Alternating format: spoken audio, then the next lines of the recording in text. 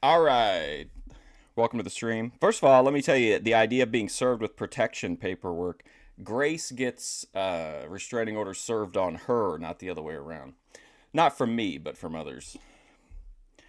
What's up, ATF? Leo Fardhammer. Wow. G thanks. Cody Turbo. Humble King, it's me. G thanks. JC. Izzy. Scott. What's up, everybody? All right, hold on. I got my battery for my mouse, so we won't have that issue today. Welcome to the stream. You just got a gift membership from Ruby? Nice. Oh, man. We got 3 big Memphis episodes today. I've got Boyd Watch Live this afternoon. I will not be here Monday because of the holiday, so McHenry gets put on hold. Tuesday will be XPW, and then I think Wednesday we finally need to...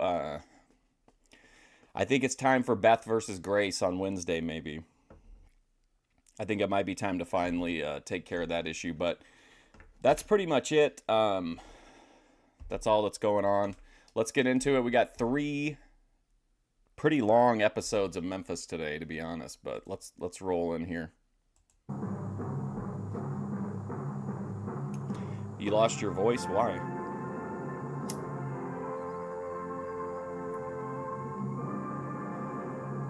Were you disenfranchised?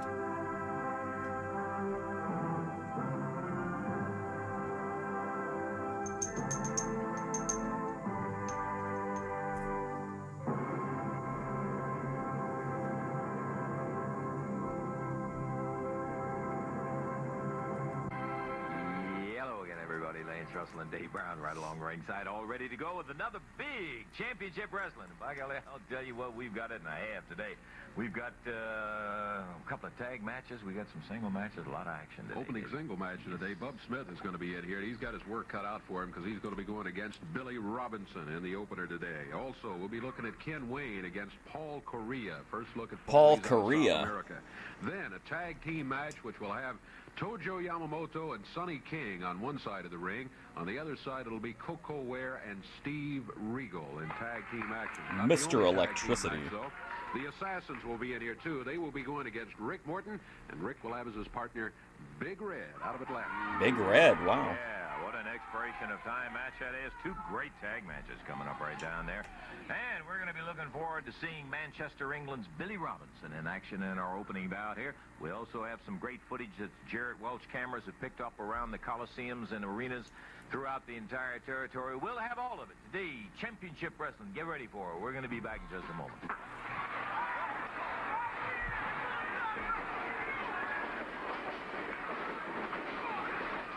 They bust together and both go down at the 14-minute mark with 16 minutes to wrestle. Ellering trying to cheer Billy Robinson back to his feet. I feel like the Billy Robinson matches we had last time in the last set of episodes were all really good. He had that crazy backbreaker on that guy. Got his hand out, but Billy can't get to him. Oh, Robinson straight up in the air, drops him down with that backbreaker. 1. Yeah, thank you to Jedi Joy for her service. Ellering and the other assassin. Robinson thinks, I think he won it. Did he get a 3 count? 1, 2. He got it.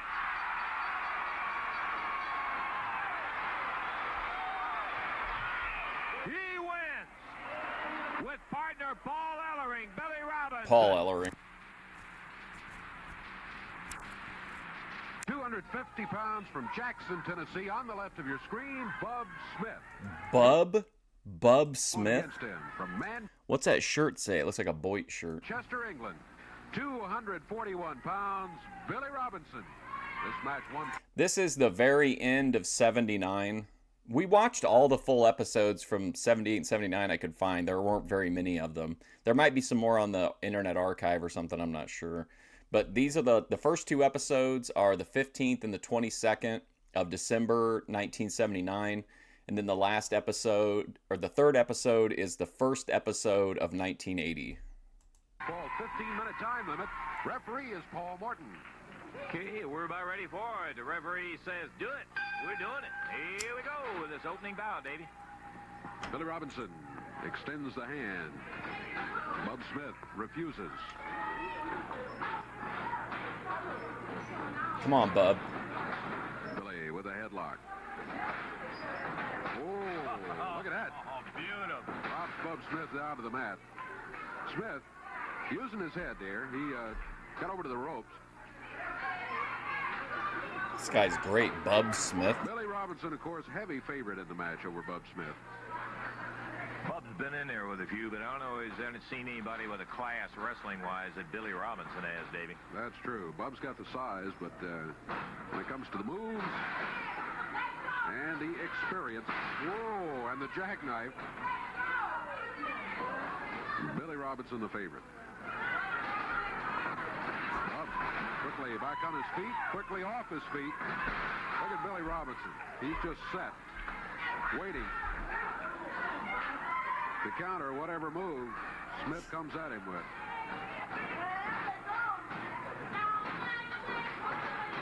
Back on the ropes. Bub Smith, not with a nice clean break. Fired a couple of right hands. Is that a Wolverine quote? Fart on his ankle, Bub? Billy Robinson brought that right hand back.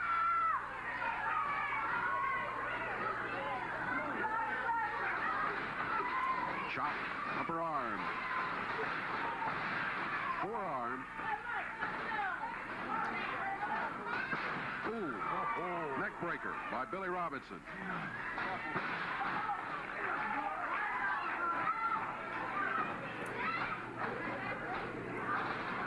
Ooh, nice. Suplexes Bub Smith, all 250 pounds of it. 250? Gone right now in the match. Oh. Off his feet and dropped across. I wondered how that would look on a big guy. Man. Yeah, now in the match. Ugh. Off his feet and dropped across the knee. Yeah. One, Could be two, three. Hey, The assassin. Jumping into the ring. Billy Robinson has won it. A ball of a man. The assassin picks up Bub Smith, throws him out of the ring. Whoa, he nailed Billy right across that arm with it strung out. Hey, come on.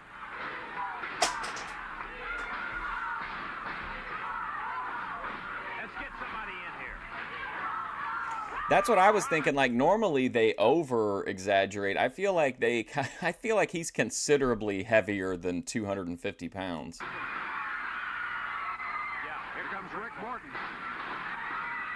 Oh man, look, good thing he's down here. He's helping out. Standing guard. see if he can get somebody else over here. Here comes Coco Ware. The assassins continue to work on. Oh, he is hurt. Billy is just screaming in that ring. He caught Robinson, who had a pin on Smith, and dropped with the arm reversed right across it. Here comes Paul Ellery. One assassin working on Billy Robinson. The other one trying to head off everybody that comes in to try to help him out. Coco's gotten to him. And the assassins are now out of the ring. Yeah, Robinson's hurt. Get somebody in. Yeah, his arm's hurt. Hey, come on, you guys. Get out of here. Is that the best that you Yeah. have in professional wrestling? Is that your wrestler's wrestler? Just get on out of here. We don't need it.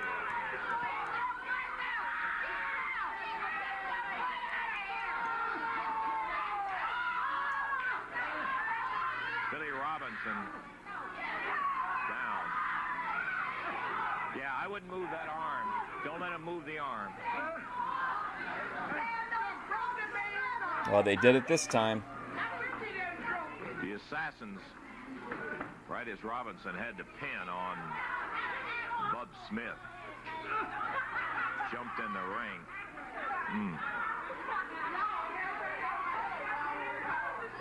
Yeah, keep the arm still, Eddie, if you can.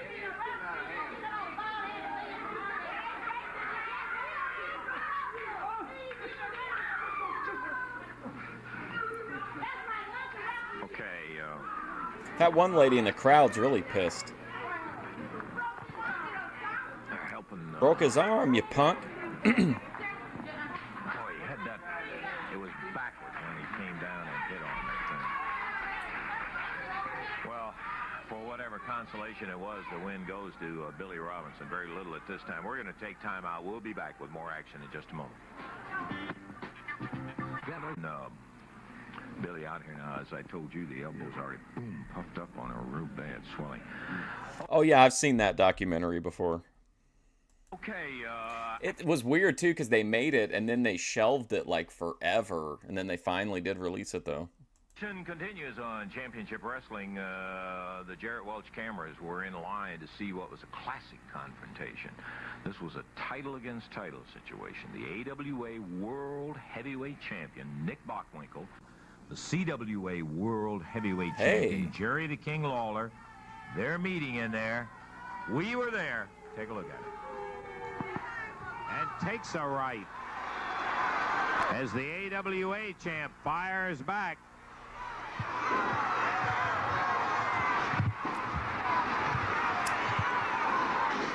And Bockwinkel.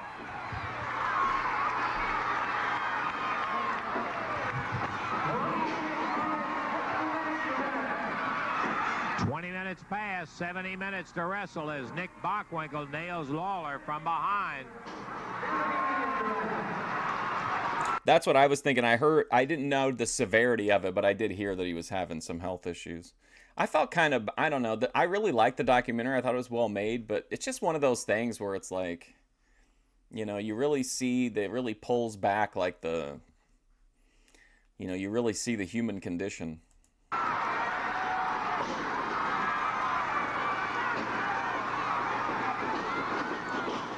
look at Bockwinkel running Lawler into the turnbuckle. Takes a shot at Hart, misses him. Here's a cover, 1, 2, and Lawler takes him off. That was really not Nick's I want to say best this shot. too. I finished that Neighbors show on HBO Max finally. It was only 6 episodes. That sucks. The last episode is about a guy who is an old guy who walks around his neighborhood in a banana hammock and shit, and his neighbors have a big you know, they hate it and shit. So he goes to Florida to a nudist colony. It's so fucking Boyd. It's so amazing. It's maybe like the ultimate like Boyd video, although they did really put their like, they did a lot of heavy lifting with like editing and stuff like that. But he seems happy with the way that the episode turned out, but it is absolutely nuts. It's just like fucking crazy. At a pin. Speaking of like the unvarnished human condition, I mean, that last episode is wild. Because he had been worked over by Lawler.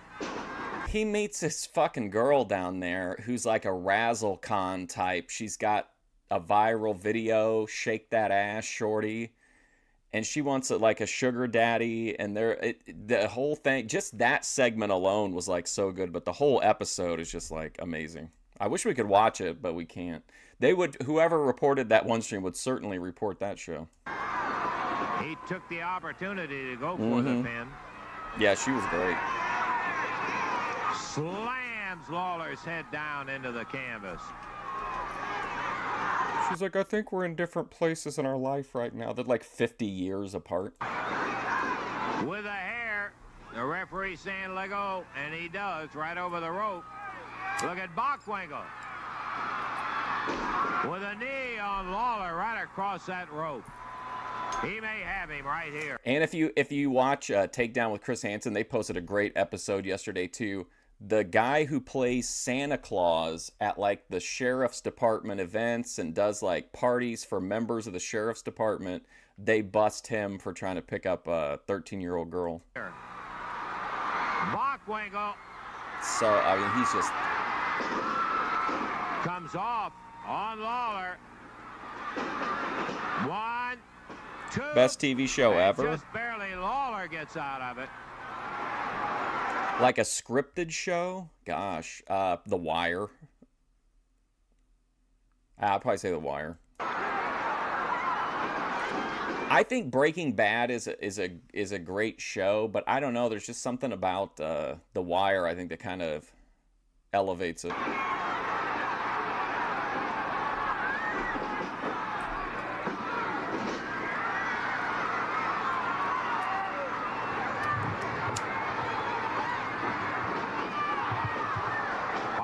Regal nails Lawler. Probably though, like, I think that's the best show ever made. My favorite show of all time is All in the Family, for sure.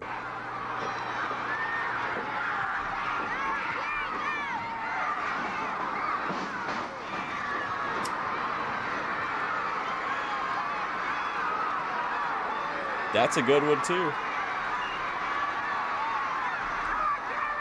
They're both down and battling to get Sledgehammer, that old that Dirty Harry parody. That was a good. I watched that with my dad when I was a kid. First covers Lawler. Go ahead. And again, Lawler shakes him out of it. Oh yeah, I love The Wire. I think Sledgehammer's on YouTube, isn't it? Nick expending a lot of energy. He's trying to put Lawler away.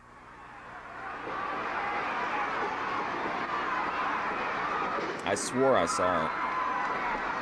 Big body slam. Whip. Backdrop. Cover. Nope. His foot's over the rope. It'll be a break. Oh yeah, it was trust me, I know what I'm doing. Thinks he's won it. Nope. He heard the referee say his foot's on the rope, and he got up, went right to work. Oh, look at Lawler. This guy has great stamina, remember that.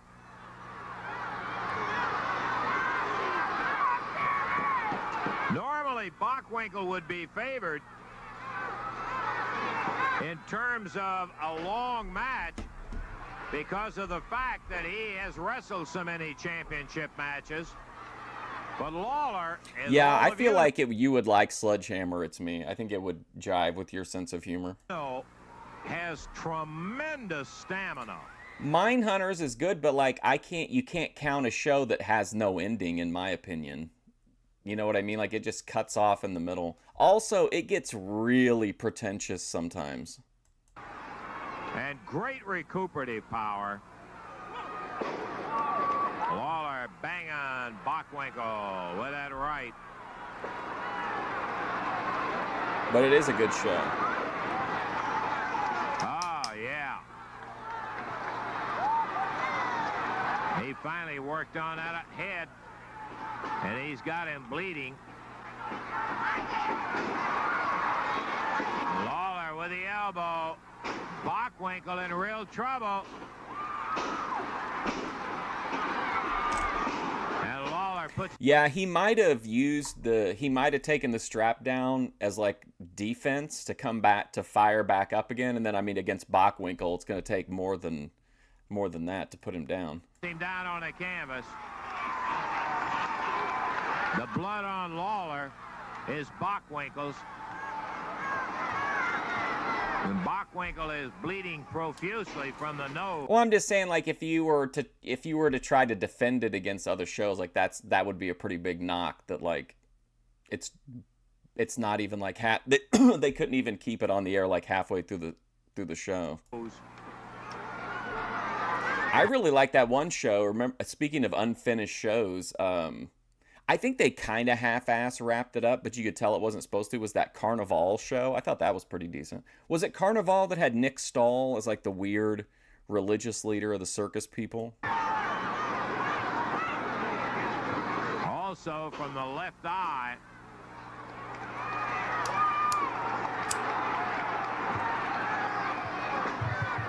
Although, honestly, not finishing it might be the way to go now because it doesn't seem like anybody knows how to land a show anymore. Might be better just to, like, you might be right, just fucking cut it off. And that way you don't have the, like, something like The Boys or Game of Thrones or Walking Dead where it's just like tanks the entire experience. With 25 minutes into action.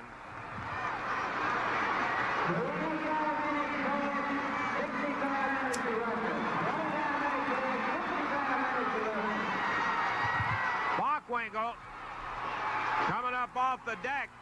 Boy, he is covered with blood. Firefly. And here he goes after Lawler. I couldn't get into it, but I never really. I think I did actually watch it one time, to review it, but I mean, I couldn't really I could never get locked in on it. Over the shoulder and down. That could just be me though, because what was this show called? I can't. It's a fairly recent show, but it's about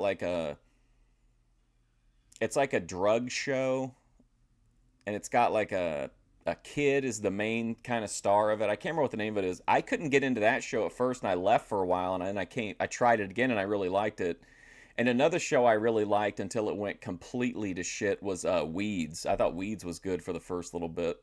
Oh. Fires Lawler on that atomic drop. Lawler bounces over the top rope. The referee does not consider a disqualification Euphoria. because he saw it clearly. Man, I just feel like me and Eric McHenry doing a podcast where we do episode by episode Euphoria reviews would really hit. Hart jumped out of the chair while the referee is counting on Lawler. Well, I mean, I'll be honest with you. Anybody who thought Euphoria was a quote-unquote good show, I don't understand that logic. It's a train wreck kind of show to me. It's just you're there just to see like the spectacle and the not just how nonsensical it can get. And I think from that perspective of being like just a completely awful show that's somehow entertaining, ironically, I don't know. But the people who really thought it was like an insightful show that whatever, like I would disagree with them on Euphoria. I just think it's a goof ass show. Hart jumped out and nailed Bockwinkel.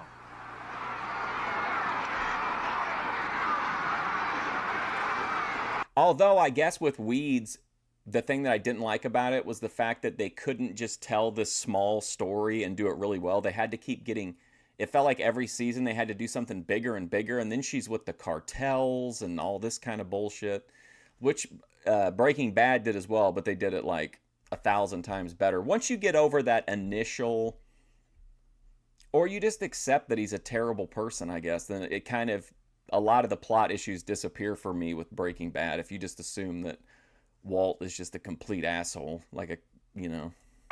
Lawler is back in at the count of 7. Me He TV. covers Bockwinkel. 1, 2. No, it's not. It's nothing like 90210. Well, in the sense that it's like a coming of age, I guess, but like it's written by somebody who's kind of a minor outcast from a lot of the people that it seems like the show would be being made for. But I've always thought Euphoria was just like a complete, just like a, I don't even know how, it's just like a vanity project of that guy. Winkle taps him. Lawler gets up.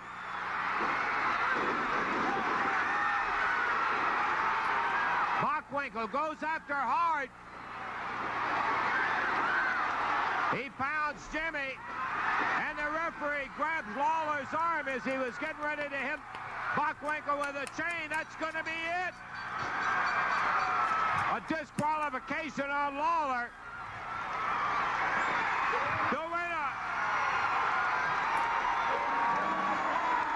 26 minutes and 43 seconds. You know what I really like about Walter White, though? I really appreciate the fact that even though he's operating in like a business environment where the customer frequently is the lowest priority, you know, it's about making as much money as possible. And if the people, you know, the quality of product or whatever, customer service is kind of overlooked in that field. But like he really made an effort to change that, you know. He kind of, for selfish reasons, but still like he put, you know, he really gave the customer their money's worth. The winner is Nick Bockwinkel by disqualification. It's to program young minds. I don't know anybody. Again, if you watch Euphoria and your programming is to mimic their behavior, like your parents have already failed you. Like The referee hands Bockwinkel. everyone on that show is like a unrepentant degenerate. There's no real reason for any of it. It's just constant emotional turmoil and degeneracy, which is great content. But like, there are some people that think it's like this incredible masterwork show, and I don't think so. his belt. What about Stranger Things? Didn't people feel like it fell off in that last, or kind of toward the end? Lawler grabs his. Well, I'll tell you what, that was an interesting match from the Euphoria. Oh, as far if are you talking about Euphoria with the artistic stuff? Visually, I mean, my God, it's incredible. That's part of the. That's kind of the part it ties into it, where it's like everything is surface level with Euphoria. Like everything looks incredible, it looks glossy, it looks stylish, everything looks Kino, but like there's nothing there, you know? Like if you pull off the filter, there's nothing. Which maybe that's its big brilliant statement, but you can tell that after the first episode. The fact that Bockwinkel and Lawler going against each other right off the bat. Jimmy Hart got his from Bockwinkel. Indeed. Referee Jerry Calhoun really was giving an effort in there. The end result, of course, disqualification on the Yeah, situation, Euphoria but it was stylistically is spirited fantastic. bout to I'm not say saying it's a bad show. I just think, I mean, it is a bad show, but I think it's entertainingly bad, you know? Bockwinkel and Jerry the King Lawler. We've got more action coming up. We're going to get back to it in just a moment. Like anybody, if they were like, hey, let's watch Euphoria, like I'd watch Euphoria just because it's just complete. I don't want to say it's like glitzy trash. 2 seasons. Tennessee at 200 pounds, Ken Wayne. This match. Paul Correa. One fall, 15-minute time limit. Referee Jerry Calhoun. Wow, I like this shirt he's got on. Okay, the jacket of Ken Wayne is off. Paul Correa, initial appearance on our championship wrestling. Bell time, we are off and running. For those of you who have inquired already about Billy Robinson, I can only tell you we are going to keep posted best we can on it. Billy has been taken from the premises to have the arm x-ray. Yeah, the music is great too. Right at the moment. Ken Wayne fired into it. Paul Correa out of South America. And over the top goes Correa. Did I see that episode? Correa. The name. Remember Joaquin Correa? King Correa, yes indeed. I really have not had a chance to talk to Paul to find out. I don't remember that part if I saw that one. Is that which season is that in? And that's all. Ken Wayne. Correa's going to find out. He's in there against a tough little customer. This Ken Wayne, while I don't approve of all of the nifty little things he does every now and then, I tell you, he can go. He mares Correa over and down. Wayne holding on to the side headlock on the canvas. Paul Correa on the deck. Yeah, I don't remember it.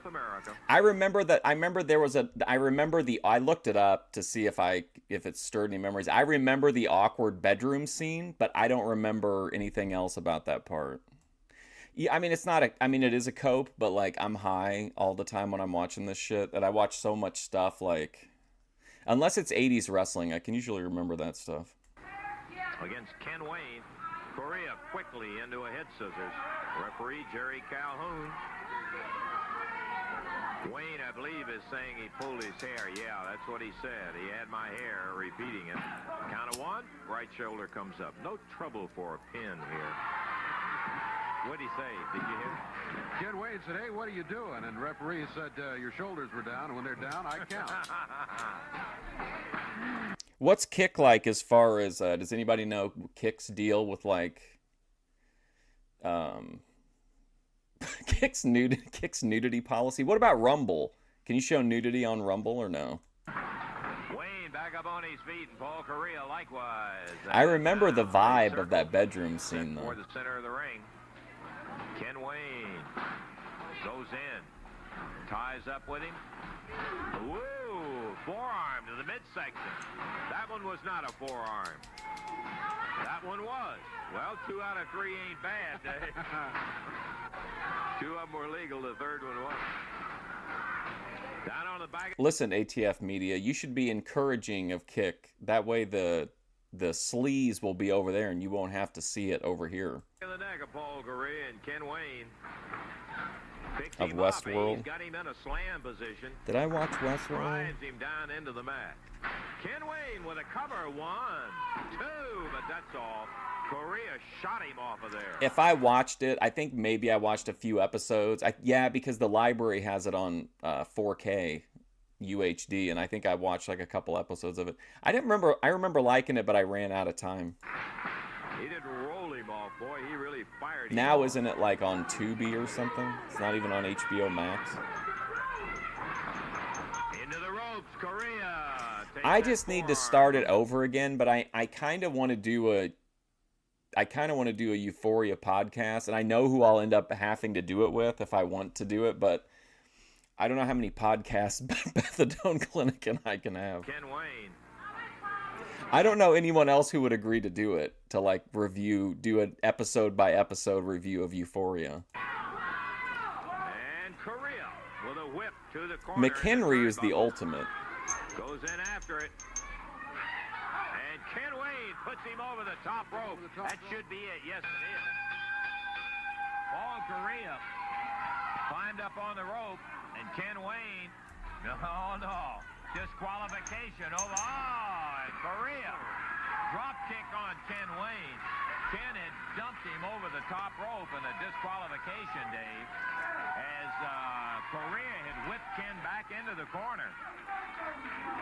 And as Correa went into the corner to go on the ropes to get after Ken, Ken scooped underneath and took him right over the top rope, and an automatic disqualification in there on Ken Wayne by referee Jerry Calhoun. No question about it. 2 minutes, 57 seconds. Correa gets his first appearance win right here over Ken Wayne by disqualification. Oh, and, okay.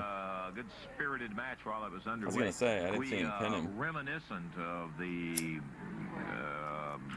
Billy Robinson situation right there was a situation similar in that Hector Guerrero involved in a match with the Assassins. A lot of guys when they don't feel like they're getting the recognition. Nah, Paro's not the right fit. Like trying to say, hey, can you see Paro sitting down to watch a television show like maybe Sons of Anarchy, but I don't think so. I don't think that's the right vibe.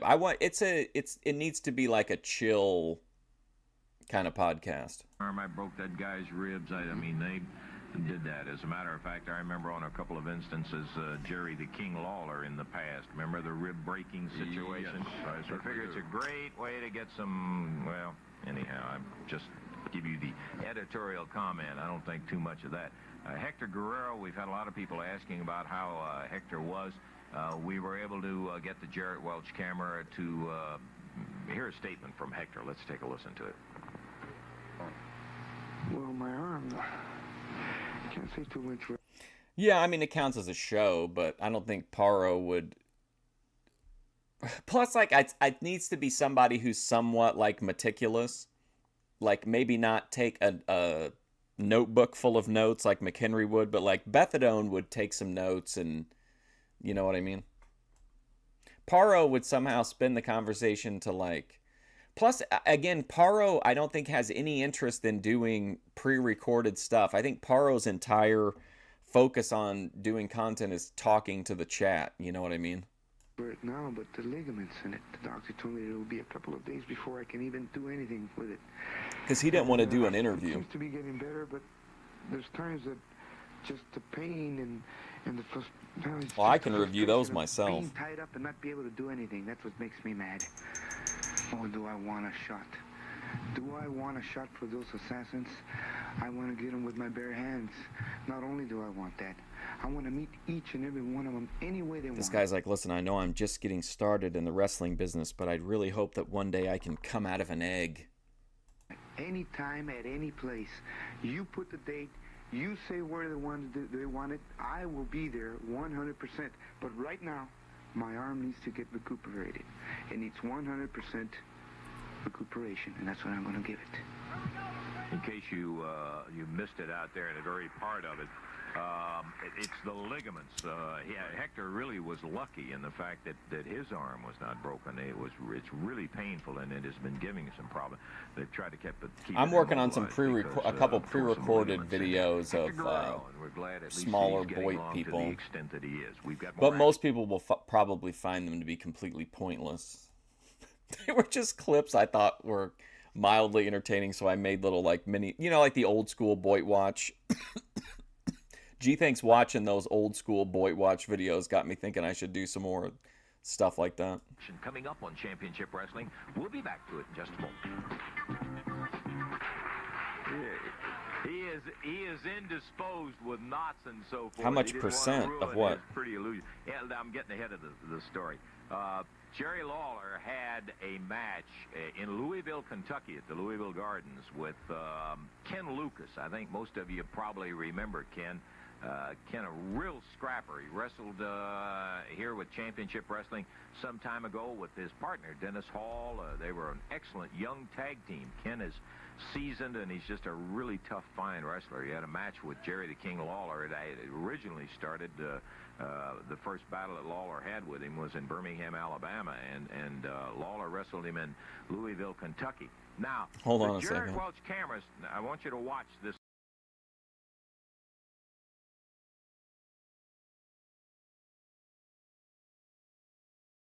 entire thing, because the Jarrett Welch cameras, we talked to Ken Lucas before the bout. Understand, before... Beth just sent me this picture and said she watches a lot of interrogations and depositions, stuff like that. She sent me this and said that this suspect was pulling a, quote, McHenry. I would agree. That's kind of a McHenry stance. Before the bout in the Louisville Gardens, let's hear what Kenny had to say. Louisville, Kentucky wrestling fans, next Tuesday night at Louisville Gardens, a great card of action has been signed. The main event, the CWA... Man, he was around. So he was there for over a decade then, because he was there in 78, I think, and we saw him in 89 still doing some of the promos. A world heavyweight champion, Jerry Lawler. He'll be taking on this man that is with me right now, Ken Lucas. Ken, it's a non-title match. You're taking on the man that is the epitome of wrestling, the world heavyweight champion. Let me say one thing about Jerry Lawler. I've seen a lot of things. There, you can go back if you look. I've got I think at least 2 of them are already in playlists. Magazines. I've got to watch his style on TV a lot of times. Hold and on, the man is a very, very good champion, and I have a lot of respect for the man. And I know what I'm going to have to do when I go in the ring with him, that he's a very, very tough man. He asks no quarter, he gives no quarter, and I'm going in to do one thing, Michael. If I get also, the Methadone Clinic video will have ads on it, but there's nothing I can do about it. She was singing that Natalie Imbruglia song, and then I've got a chance to go for that hit like CWA 4 championship, times. the World's Championship belt. I don't know, that's what I've got to do. Well, the one thing about Jerry Lawler, like, he is the champion, but he has been known to bend the rules some, Ken. Well, anytime I think that things get hot and heavy Let me in a tell championship match or an untitled match, it's like I say, the man is the champion, and I know that he will a lot of times stick up for his rights to keep that belt. That's what does make a champion. And I know my wrestling very well. I expect to have a very, very hard wrestling match with him, but if things do get hot and heavy, I've been known to lose my temper too, and I can get pretty rough too, my friend. Well, Jerry Lawler has gained the title since winning the title from Here, Superstar G, Billy thanks. Graham. Here's He has defended it 1986. against some of That's the where we top started. mat stars around the world. And, of course, a win for you at Louisville Gardens next Tuesday night would be very, very credible and hopefully would get you a shot at that title. That's correct. Like I say, the man is the CWA World Heavyweight Champion. And if I do beat him this week, I'm sure that I will have a title shot, and I'm looking forward to that. I probably will not be covering the Doll King anytime soon, to be honest. Seems like he's in kind of a downer phase. Best of luck to you, Ken. That's at the Louisville Gardens this coming Tuesday night. All you wrestling fans in Louisville, be sure to see Jerry. Plus, I don't know. I feel like for a deep dive, it needs to be something that's like speaking to me, because I don't want to play something and just be like not really be into it myself, you know? The King Lawler, the CWA World Heavyweight Champion. He'll take on Ken Lucas in that big main event.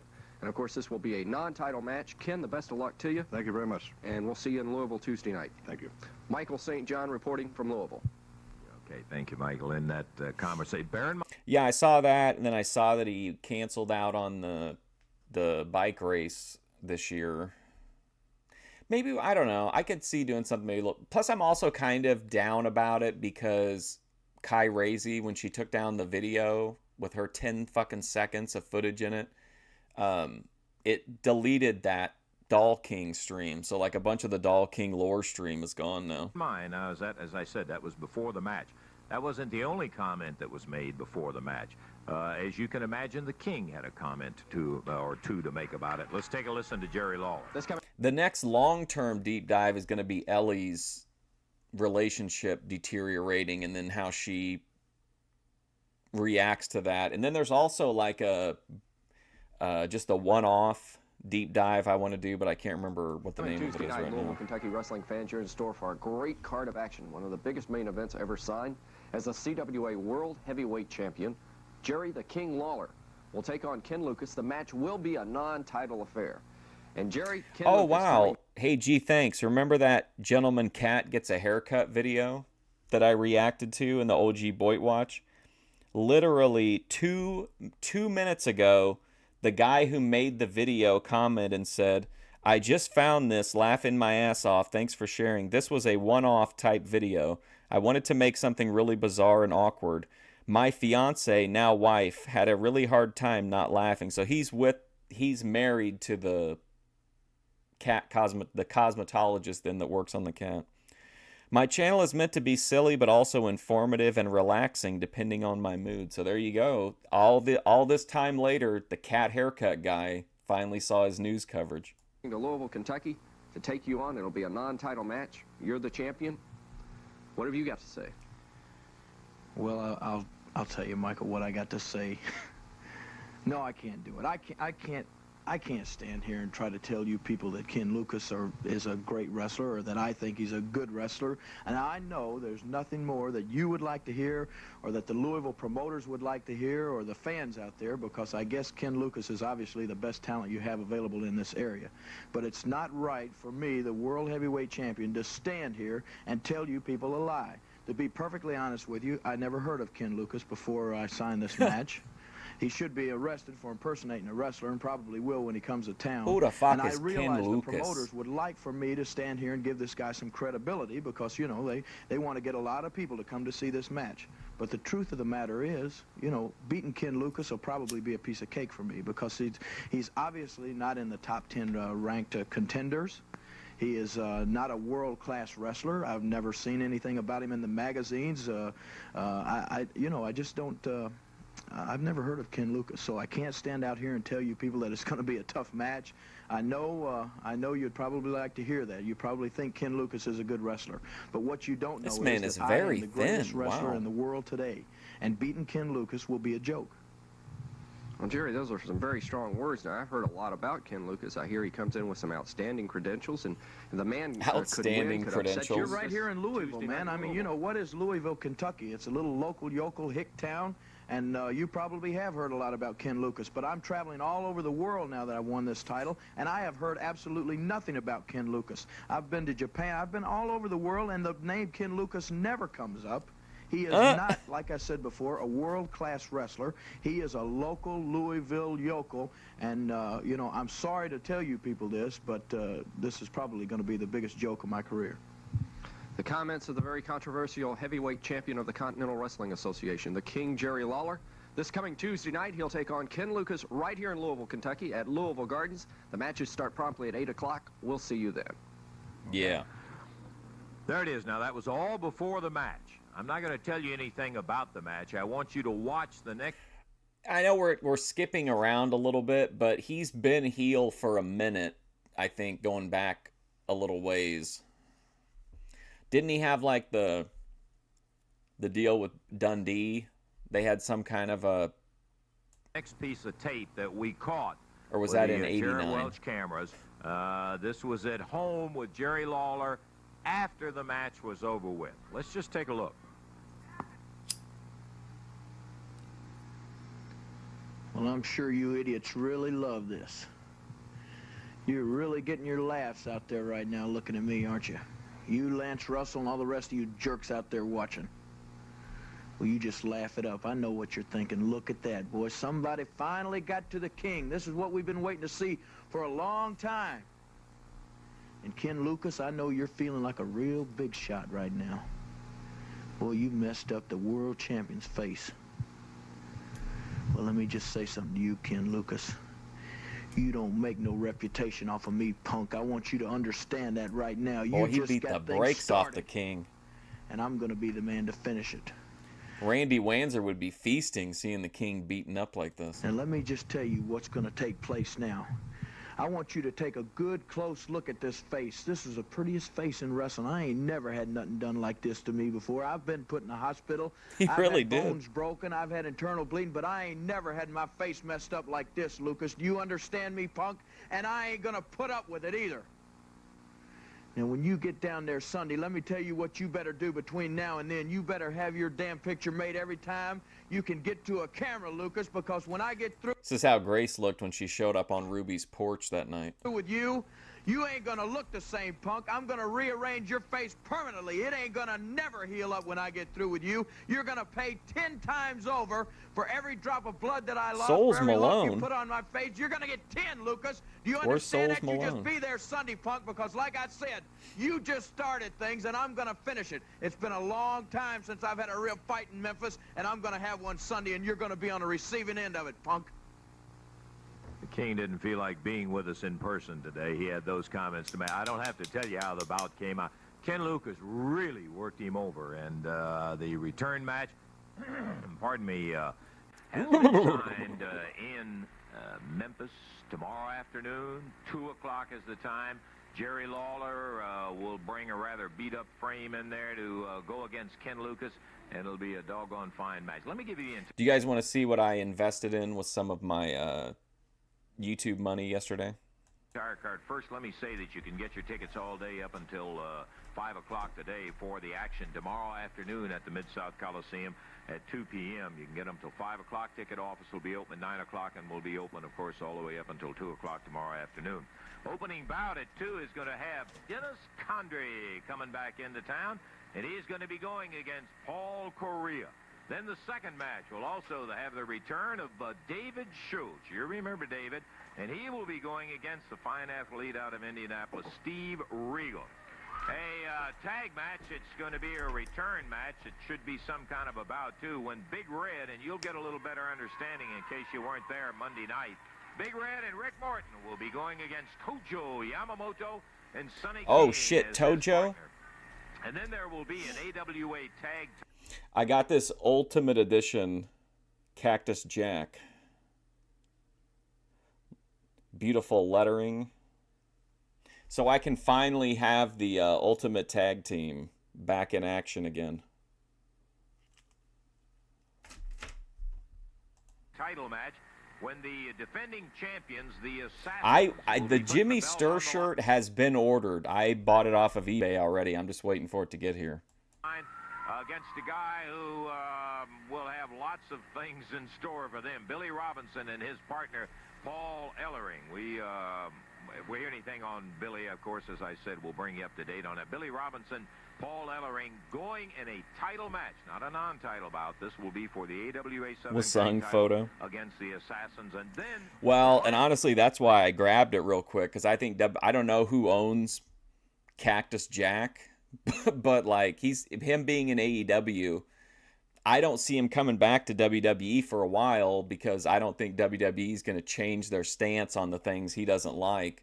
So this is probably one of the last Mick Foley figures, and AEW, their whole figure deal fell apart recently, so like they're not even making figures anymore. So I thought it's the first time they've made an Ultimate one too.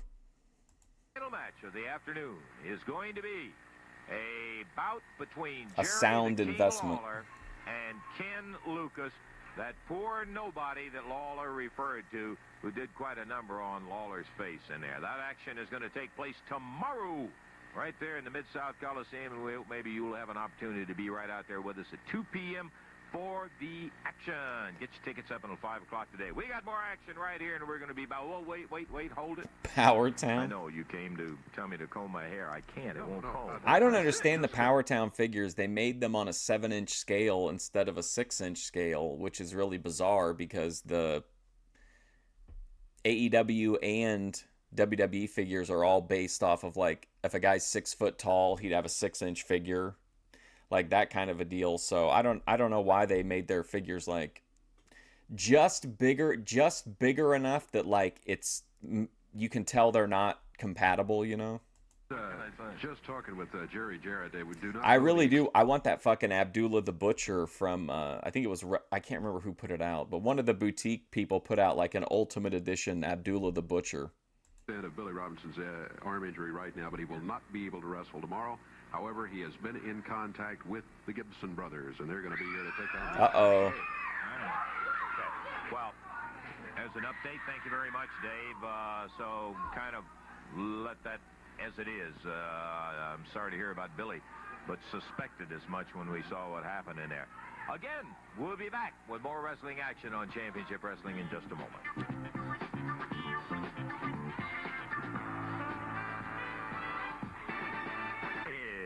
We got some more action coming up that I think you're going to be interested in seeing. Let's take a look as the Jarrett Welch cameras caught a bout between Tojo Yamamoto and his partner Sonny King going against Big Red and Rick Morton. They look like, they look really nice figures. I just don't, the size just kind of baffles me. Please pay attention because there's a very good object lesson here. We've told you people, don't get carried away, stay away from the ring. Take a look at this action right here. Oh, there's Tojo. Morton, sunset flip, one. All he got was a 1 count, and there's tag on Big Red. Big Red is great.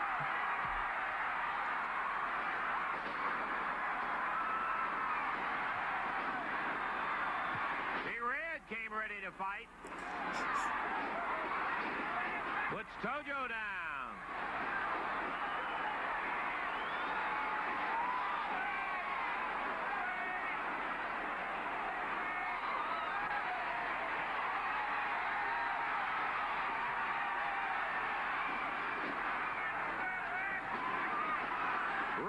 Tojo in the corner, pounding on him. Big Red. Nope. Into the corner. Red, oh no. 355 pounds. Tojo rolls down to the floor and staggers away.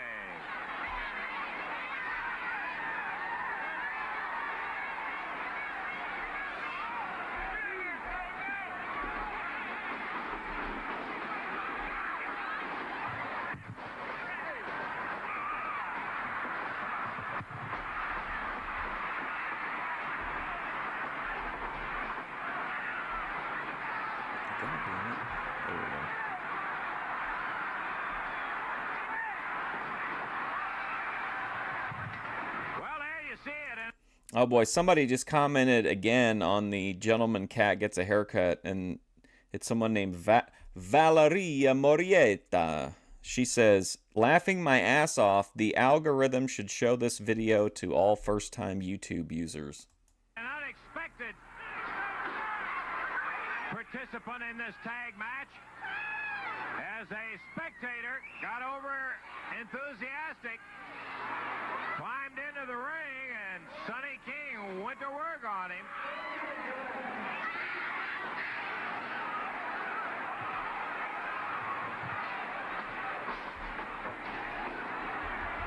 Sonny King from behind with a reverse face lock. Referee Jerry Calhoun was working to get him out of there. Sonny was pounding on him. He felt some of the King wrath. Oh, new McHenry dropped 14 minutes ago. I feel it's important to understand loving love is the best part of my life. He said he wants to be a strong advocate for love. Sonny hanging on to that reverse face lock. I don't know, KP. Let me see.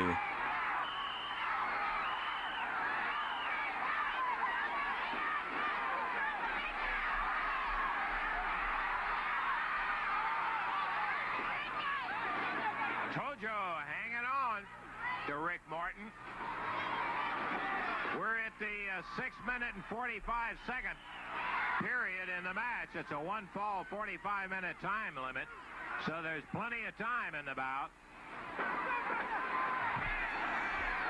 It says Ray Candy's other ring names were Super Mario Man, Ray Candy, Masked Superfly, Kareem Muhammad, Commando Ray, and Black Stud Williams.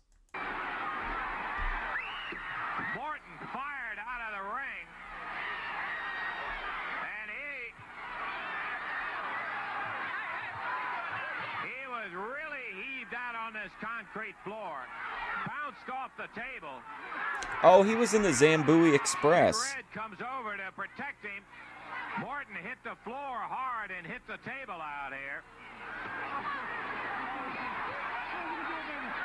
7.5 minutes in, and Rick Morton really bounced off that concrete floor. Red puts him back in the ring before the count, and Sonny King goes to work on him.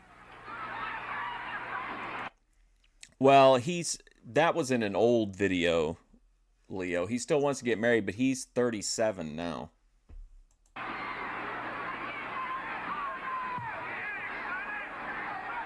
Tojo. Black Stud. More UFO stuff got released. Is it on similar track as that picture Trump released of him walking with the alien? Outside, being eyed heavily by the referee, and Rick Morton wishing he were on the outside. Ooh, 8 minutes in, King really nails Morton.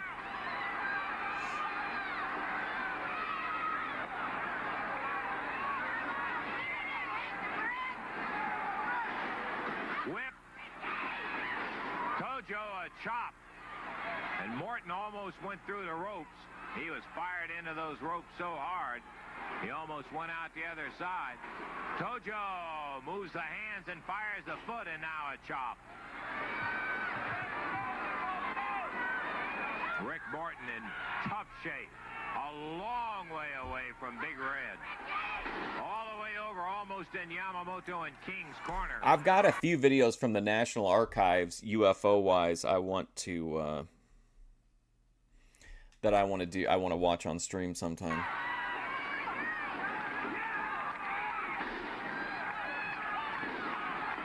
Count of one, and off he goes.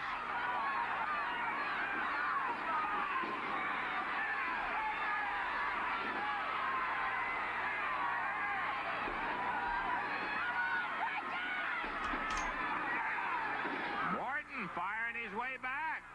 What a scrappy young fella this guy is. Tojo. We'll never get a Tojo figure. King.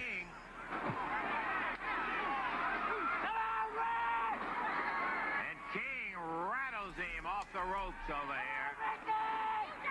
Hounds him right in the chest. Again, knocks him into referee Jerry Calhoun. Sonny, with his protege, really treating him hard.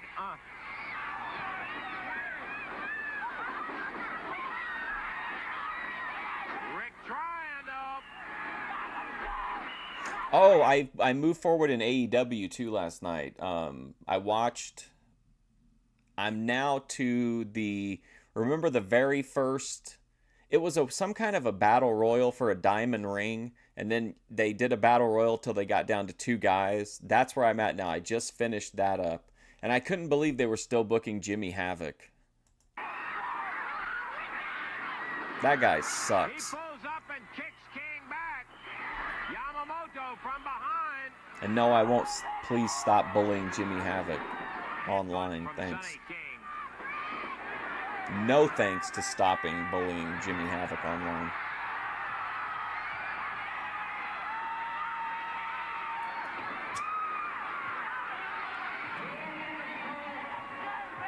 Tojo slams a jab right at the throat of Rick Morton. Yamamoto takes over after a tag from Sonny King.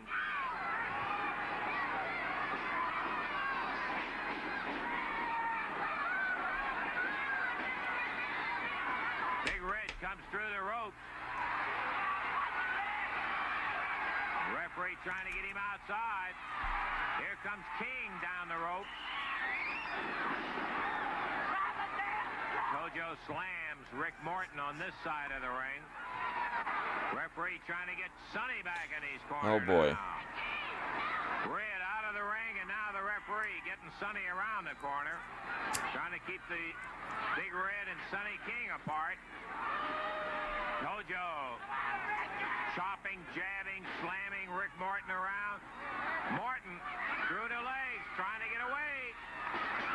Tags Big Red. Oh, shit. Here come the big guns.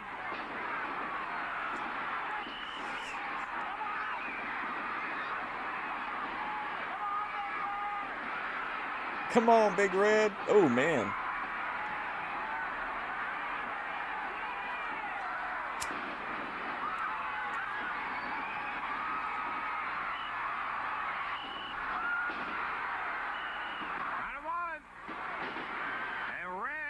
We'll return to sightings eventually.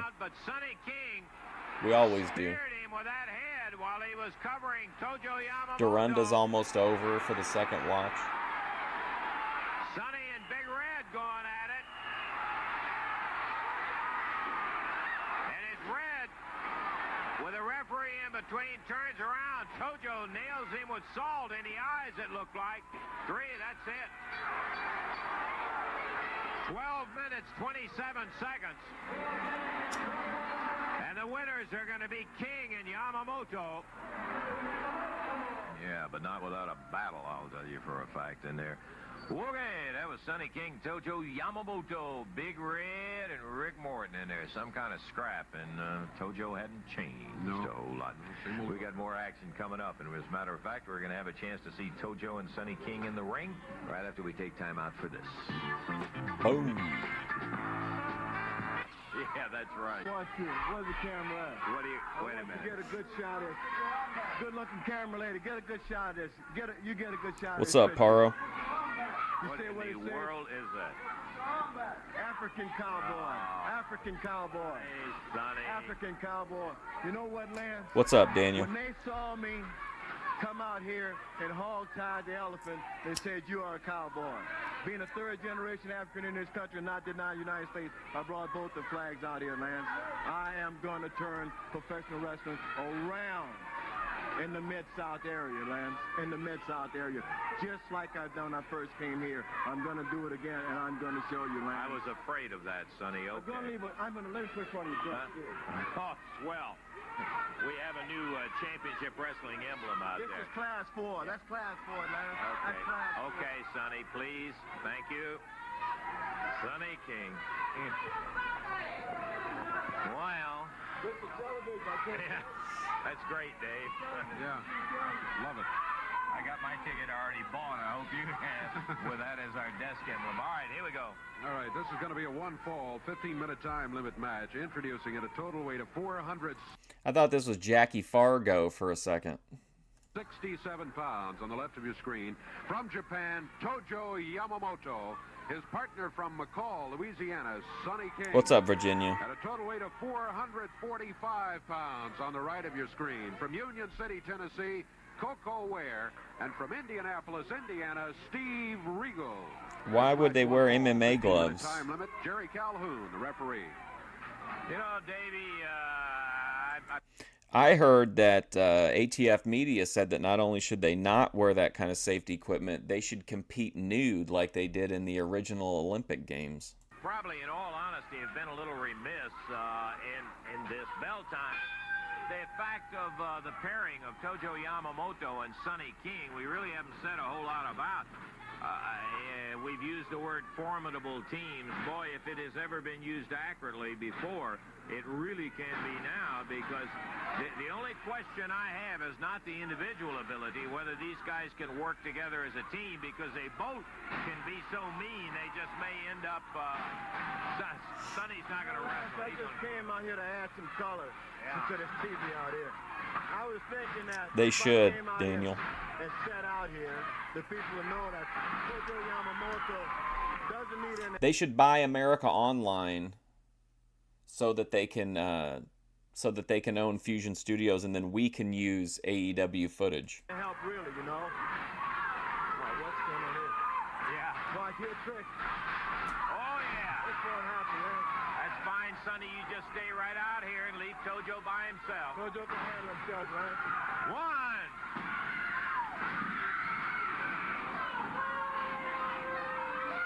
Sonny in that 100-yard dash to the ring. Boy, he is so quick for a big guy. He is. He saved the 3 count there. He speared Coco. I guess Sonny's decided to participate in the match after all. At the moment, he's given up his career as a broadcaster, but CM Punk had an accident in the ring. Well, Very true. it happens. Sonny and Coco battling each other. Yeah, I know. I remember when they got sold. Back in the corner, referee's there trying to. The same. They also own another. The same parent company owns a. I don't know. I covered it in the Takeover, Hostile Takeover episode. Well, open the fist, both of them using fist. look at that Coco. Yeah, he used the drag. Pulled him What's right up, Dave's across the channel? ring. Coco wades into the corner after it. Fired him into the turnbuckle. But as Coco went in after him, Sonny King was coming out with his foot high. Coco off the ropes after a whip. Spear by Sonny King. I told him, Paro, I said, Paro likes to do his own thing. He's a lone wolf. And Cody Turbo he couldn't accept it.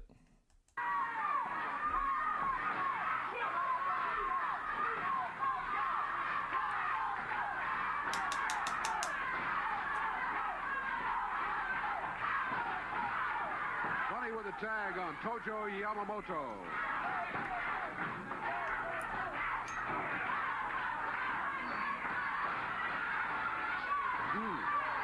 Stop.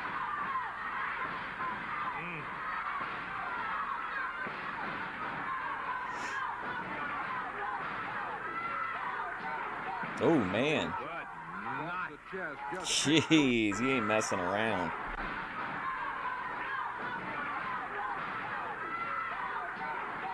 Joe with a Good off night. the chest, just picked Coco off his feet and set him on the mat. Tojo makes He's an outsider, Paro. He's not a foundational Boyd American like us. He's viewing from the the luxury suites. He doesn't know what life's like for us that are down here, boots on the ground in the Boyd. the tag. Sonny King back in. What's up, Randy? Off fist right to the chin. Coco was able to get the tag going. Here's Steve Regal. Daniel, I don't know what's going on with you, man, but I hope you should. Drop kick. Sonny What I King. think, Daniel, I like what you're saying here. Can you put this into like a? Do you make videos like this where you say these type of things? Because I feel like that would really hit. Hung back on the rope.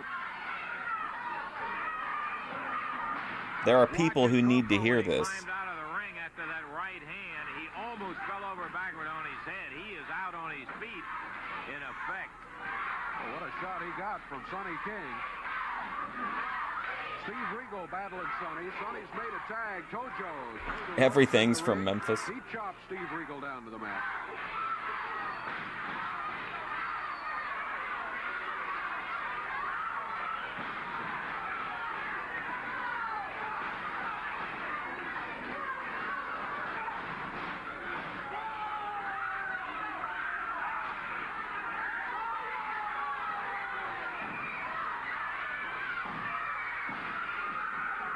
Steve Regal got Tojo off his feet. Upper arm. And Tojo hits the mat, rolls to the corner, and with some difficulty tags Sonny King.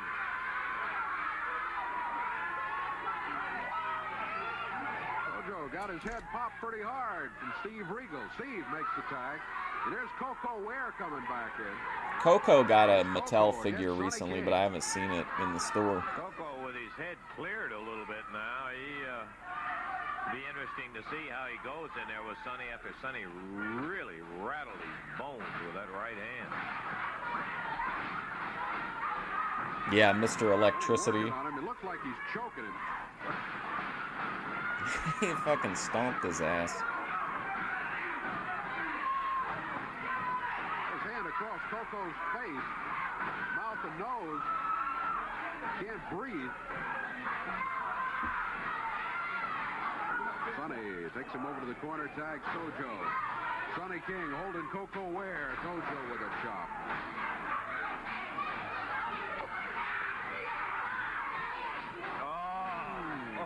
Another one.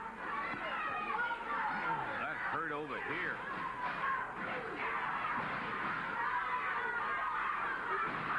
Coco able to kick Tojo back. He fires the right hand to the midsection, follows with another on his feet.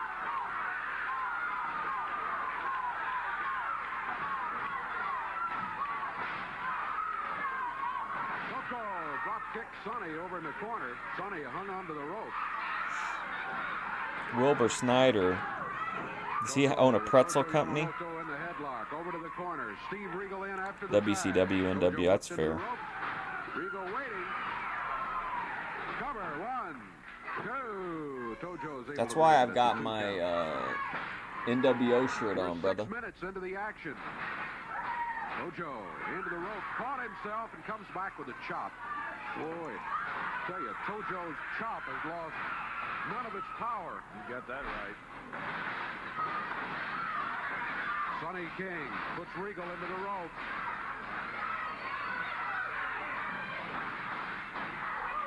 Oh, this is the expiration of time match. Stomp to the midsection. Got a face lock. I mean, Coco was a good wrestler, but without that gimmick, would he have gotten over that big? Probably not. They did him a huge favor, though, too. Like, they kind of, as a kid anyway, I always viewed him as like a close friend, you know, a strong ally of Hogan, which I think helped a lot as well. But he had a great song. He knew how to play into the gimmick. I hate to disappoint the fans, but Steve ain't going nowhere, boy, when you got big Sonny King hanging on there like that. He had the face lock, which was legal. Steve's really not going anywhere right now because Sonny's got that hand wrapped around his throat, choking the stew out of it. Tojo Yamamoto down the apron. Come on. Thank you. Now back to the face lock. There's Sonny King.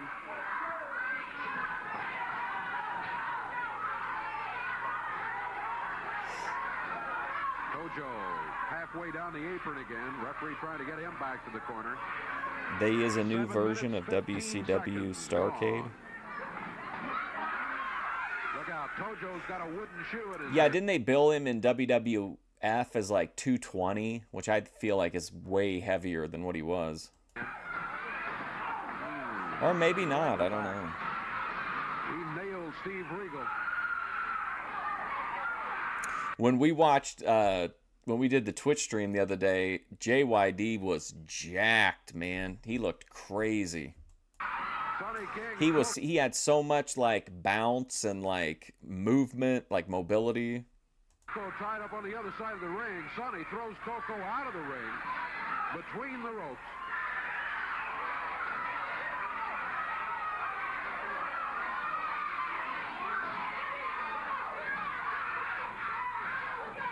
Sonny King backs to the corner. He got the tag. Tojo will be coming in. With a chop, he comes in.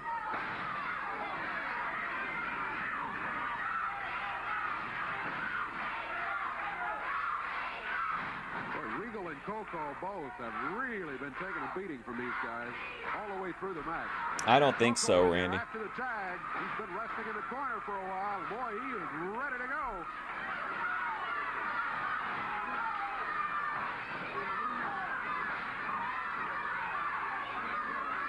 King tied him up back on the rope. Oh! He caught him half in the chest, throat, and right on the side of the jaw. Wow. And his mouth just went sideways, Dave. I'm surprised that Coco is on his feet. Oh. Coco is eliminated. Top rope. Referee didn't see it, though. Referee was trying to get Tojo back to the corner. But Sonny picked up Coco and threw him over the top rope. If the referee had seen it, that would have been disqualification right there. Coco back in the ring now. Not in great shape. Sonny King throws him over the rope again.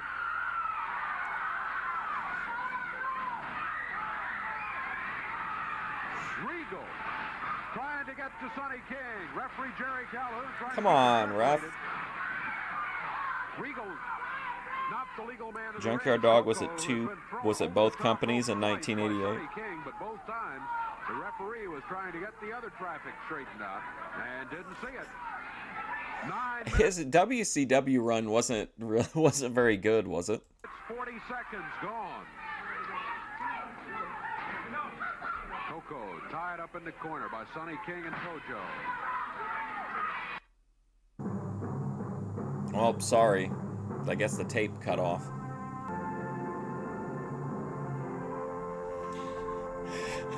Whoops. This is picking up, though, like the very next week, so they should catch us up.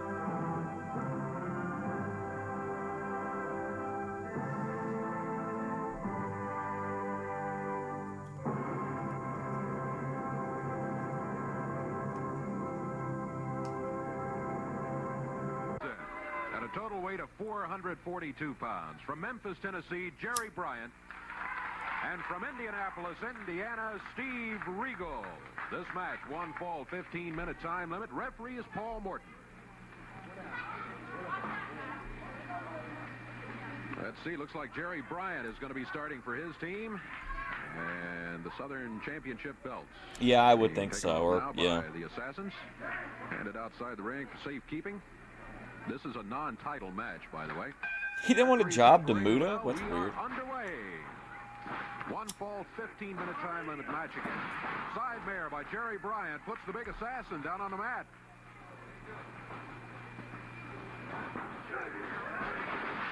Bryant, another good move. Assassin on the mat, but back on his feet again quickly.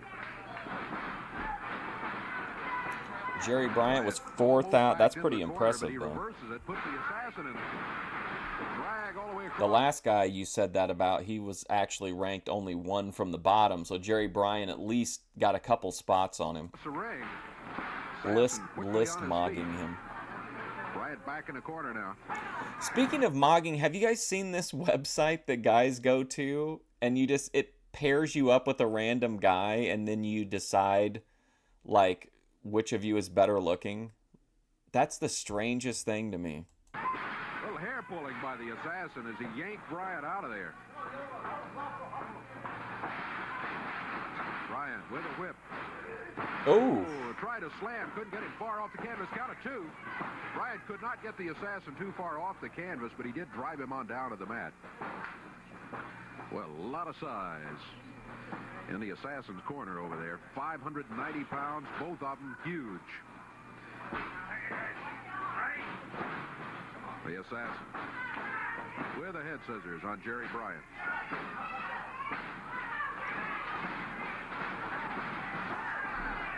Bryant kicks his way out of it. On his I don't. feet What the quickly. hell does that mean, Daniel? Very agile team. Bryant I don't know and what Steve any of that Regal. means. They have to be considered slight underdogs in the match. Anybody that steps in there against the team of the Assassins is usually giving away quite a bit of weight. But don't count Bryant and Regal out of it because they have quite a bit of speed on their side. Steve Regal especially has been most impressive in recent matches. Hey, the Assassin whipped into the corner. Over the shoulder, Jerry Bryant with a cover. 1, 2. Yeah, the Assassin gets there, breaks it up at the 2 count. Bryant Again, put the assassin down. The assassin converts to a head scissors. What do you think about that? What do you think about the idea? Because if you notice, the referee dropped the count when he saw the guy coming in, not when he broke the pin up. That seems like that would not be a good way to do that, because then you could just, no matter where you were at the time, if you like stepped through the ropes, he would have to break the count. Hair pulling, perhaps. Couldn't see it, yeah, but referee Paul Morton indicates he caught him pulling hair, and he made the assassin give up the hold. World War III, the Battle Royal. Seconds gone in this one. Steve Regal in to try to help Jerry Bryant out. He's sent back to the corner. The assassin. Whoa, that knee. Assassins make a tag.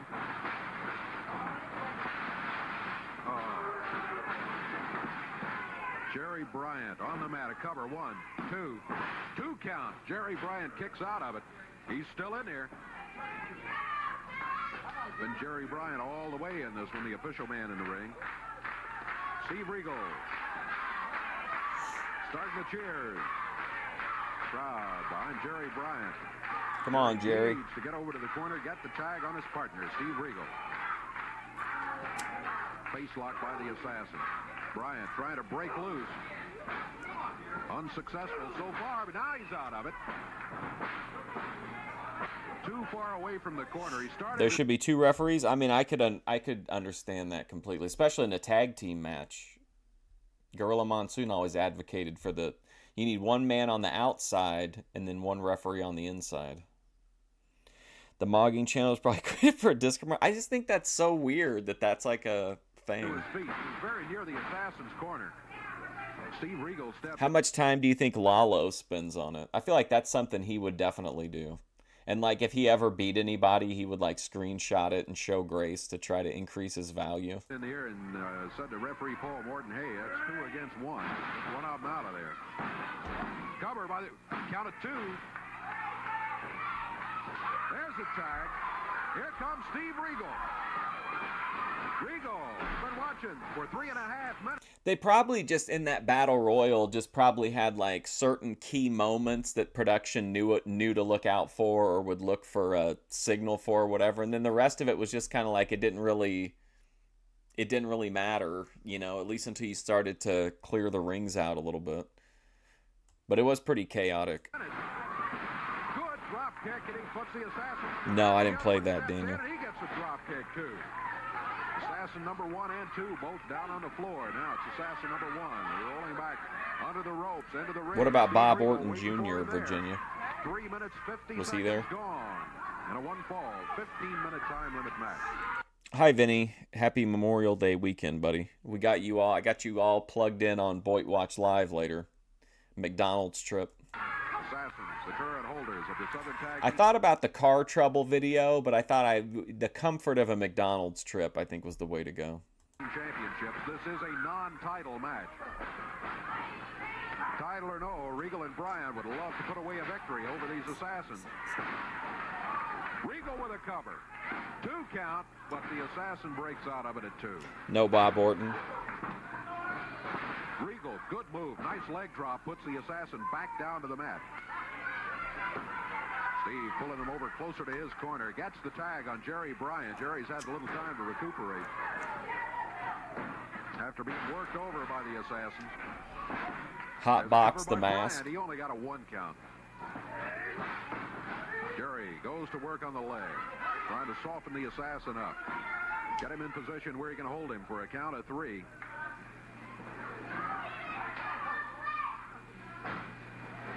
The assassin.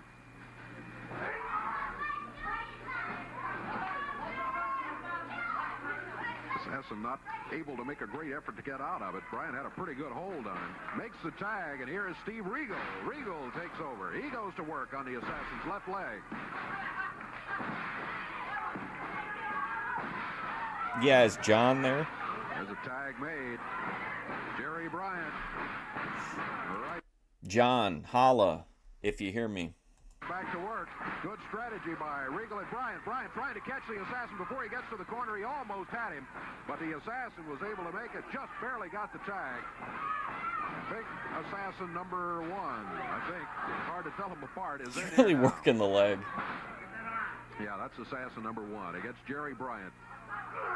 Bryant picked straight up in the air. Look out. Oh, a drive down to the mat. Not so much a slam as he just drove him straight into the mat. I don't remember if I saw On the arm. Jake He Roberts. sprung that thing. I was trying to think. You said Jimmy Slick, and I started thinking if I ever saw Jake live back in the day. Team on the exchange. 6 minutes gone.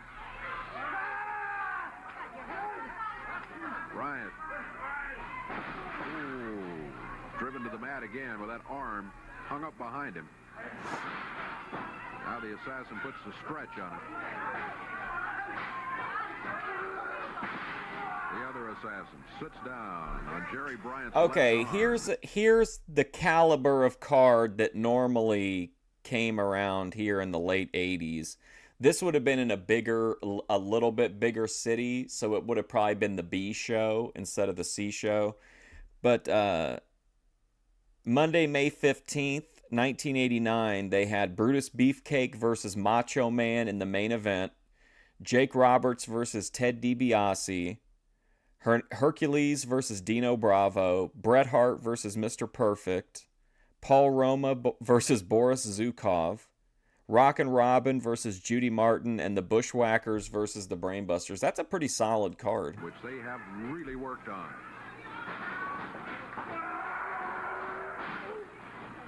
Shoulder into the turnbuckle. Bryant. Here's an interesting card from the same venue from a few years later. Oh, no, never mind. Why did it tell? I hate AI. Assassin picks him up again. Over his shoulder.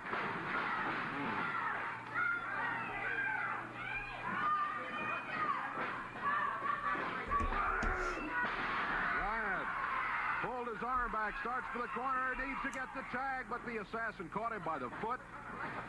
Not far away from the tag. Bryant has to stay in there. Unable to get to the corner. There was some hair pulling. Don't know. Yeah, no Ronnie Garvin. It was across the ring from where he was.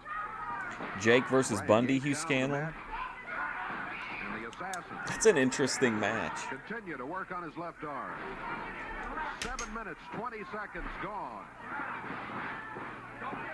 You know what finish I would book between them? I would have like Jake get beat up the whole match, but then whenever Bundy like charged in the corner for the avalanche, like he would move once and then like slump in a different corner, and then Bundy would miss it again, and then like as Bundy was like stumbling forward, Jake could fall backward and hit him with the DDT. What do you think?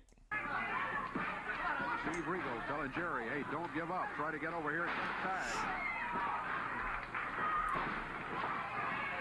I've been to a bunch of old. I went to a bunch of old cards, but I feel like I saw the same people like almost every time.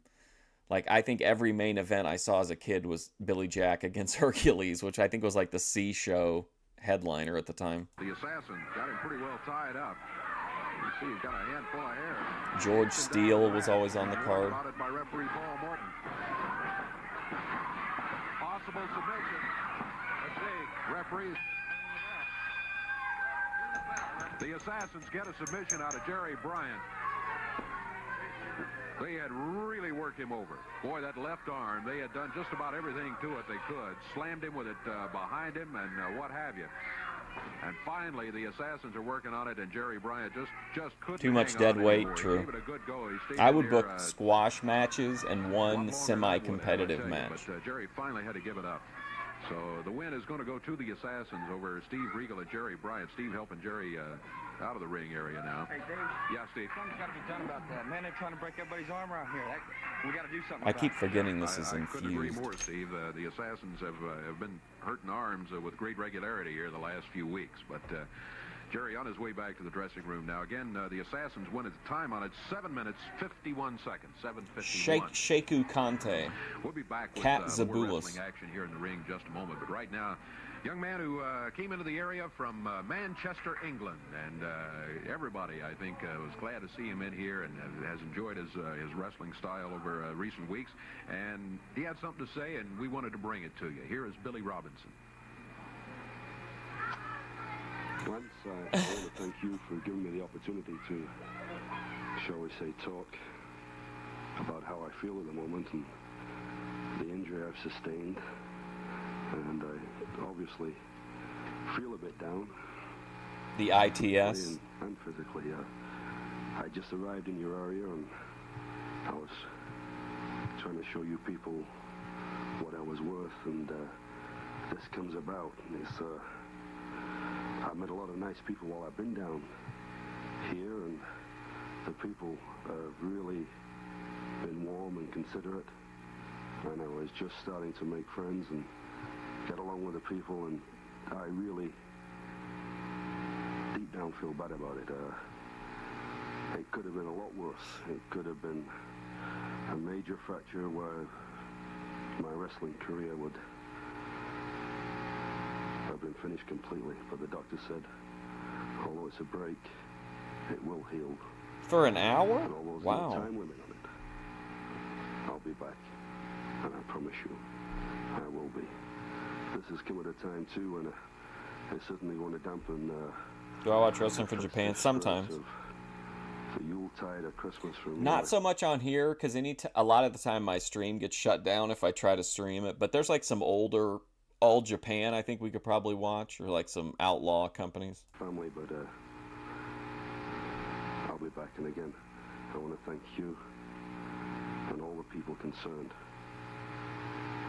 And I've got a mind of how and what I'm going to do when I come back in the training as soon as I can, but we just have to wait and see how it works out over the next short period of time.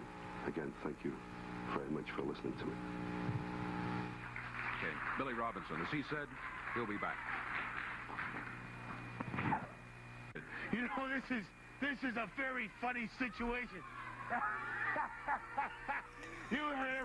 Have you ever watched her in Power Slap, Cody Turbo? Robinson out here, very down, very insecure.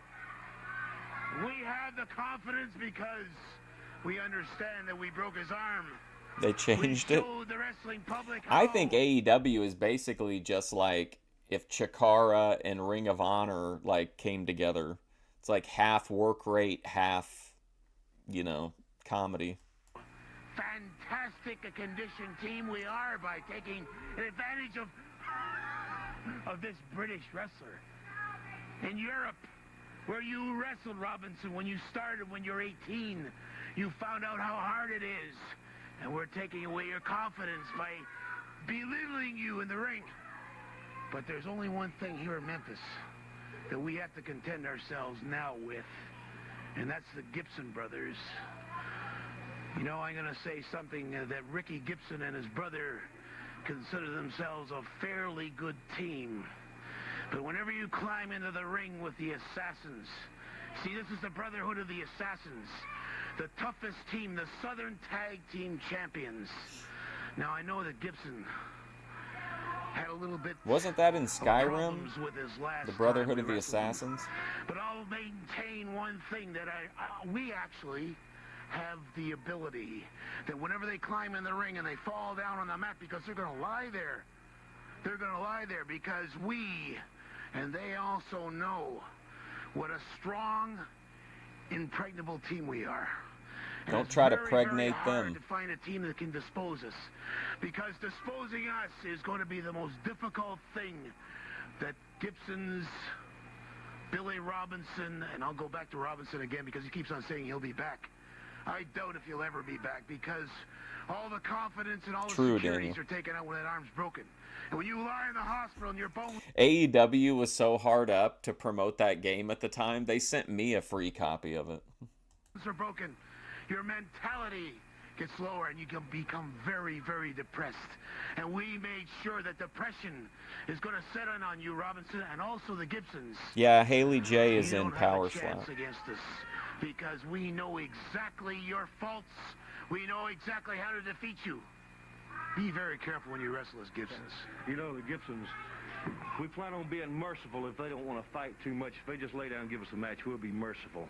But one thing I'd like to see, I'd like to roll that tape one more time. Strong and impregnable. About the little crying boy. Let's just go on, fellas. The championship match is booked. Rick, Robert Gibson, going against the Assassins for the Southern Championship belt. We're going to be back. We'll have more wrestling action for you right here. Just a moment. Stay with us. Previous match, they have indeed, and we have some videotape of that match, which we're going to let you take a look at right now. Rick and Robert Gibson against the Assassins. Robert underneath the elbow.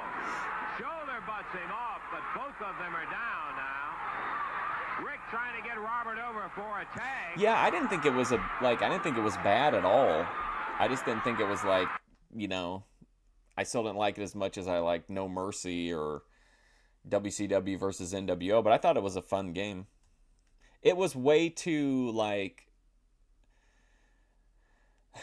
I felt like too much of the focus was on, like, the multiplayer or, like, the versus, which I never was able to get even a very good connection most of the time with.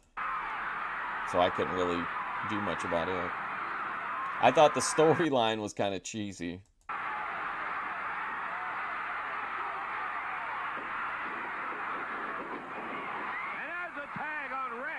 Whoop. Sunset flip. 2, 3. He got him.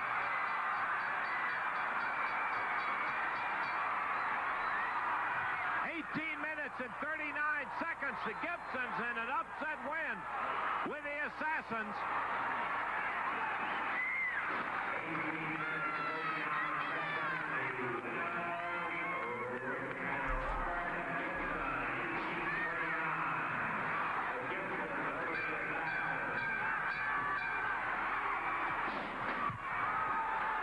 Assassins upset by the Gibsons. And now they are upsetting everybody with their action. They're upsetting everybody. Following that loss. Stadium Stampede mode. Yeah, I mean, I thought that it was okay. It was an okay game. Thrown out on the floor. Oh, Rick. His head busted open by the Assassins. Robert trying to stagger his way up back off the floor. And the Assassins pounding away on the Gibsons.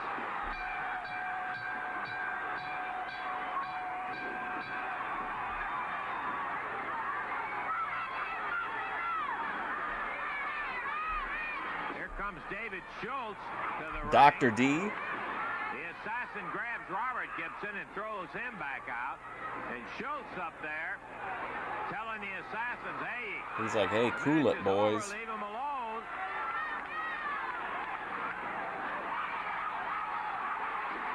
And Rick Gibson still taking a pounding. There's blood everywhere on Rick. You built a wrestling ring? Nice. The Assassin going after David. Oh, he's had it. Boy, he lit his fuse. Schultz. One of the wildest wrestlers we've ever seen. The Assassin did the wrong thing when he nailed Schultz. Now both of them at least have left Rick alone, and they're both working on David Schultz. Hexagon. The OG Octagon. Rick is up off the floor.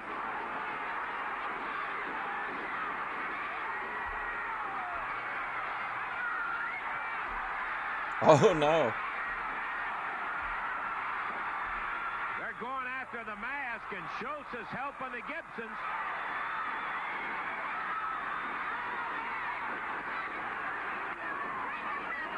The Assassins out of the ring. And the winners in 15:39 will be the Gibsons in a wild and woolly situation. Man, what hair. All right, joining us right here, Rick and Robert Gibson. Congratulations. Not only did you guys win the match, I think you won the brawl, too, there, along with a little help from Schultz. I'd like to say one thing, and I'm out here to say this. Assassins, I heard your interview, and I know Billy Robertson. He's a very good friend of mine. I want to tell you something, boys, and I'll call you boys. You're big boys, but let me tell you, don't underestimate the Gibsons. We've been up and down this road. We've been up and down this road many a times, and we know a lot of wrestling. I know you're big and you're powerful, and you do have a little ability, but you don't have the wrestling ability that the Gibsons have. So I'm going to show you a wrestling lesson. They say it was an upset last week. It wasn't no upset. You were beat 1, 2, 3.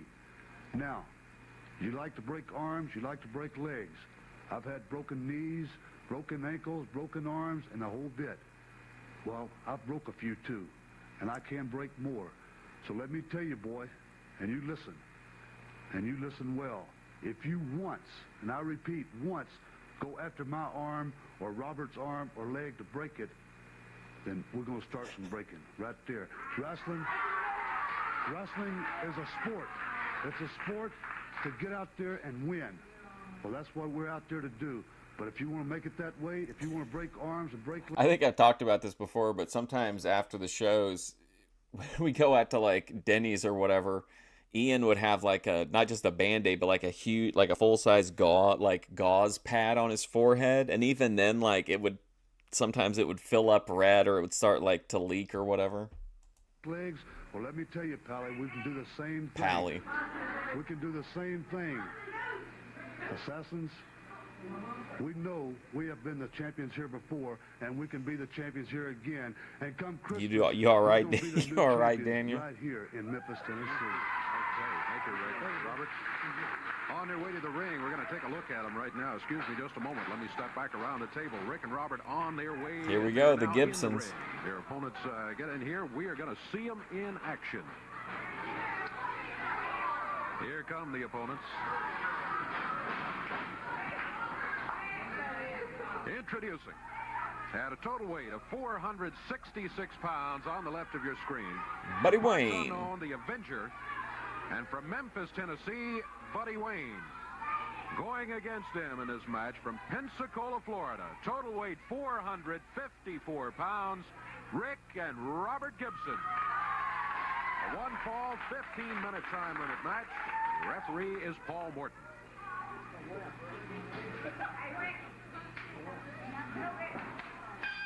Bell sounds and we are underway.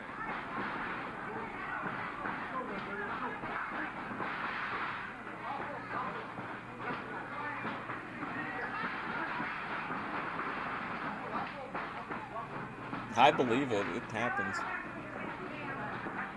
Buddy Wayne, Robert. Ooh. Took old Buddy right over. Robert. Buddy Wayne holds his back as he gets back onto his feet.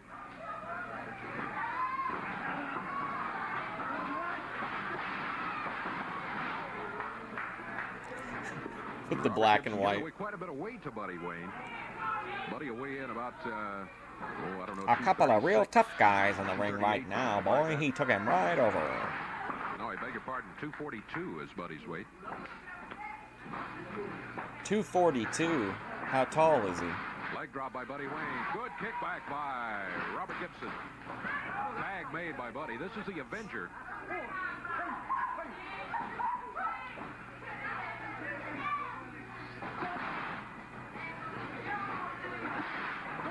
Robert. I saw that, Dan. Over to the corner. Makes the tag on Rick. Rick forces the Avenger right down. That's why I had to get my Cactus Jack figure now. Steps over the top rope. He makes another tag. Rick over the top rope, down right on the arm. Quick tags by the Gibson brothers. Great teamwork. They make another tag. Robert over the ropes, down on the arm. And the Avenger has got to be wondering if he couldn't go somewhere else in the ring right about now instead of over by the Gibson's corner. We're at the 2-minute mark. 2 minutes into the action right now. Wonder how they were doing. Gibson all the way so far. Oh, I remember that. Now ATF back on media. his feet. Shakes that left arm. It can't be in too good a shape.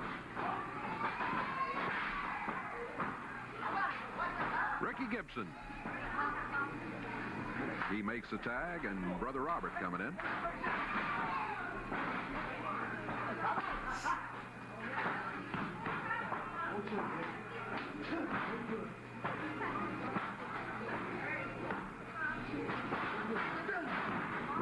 onto the hold.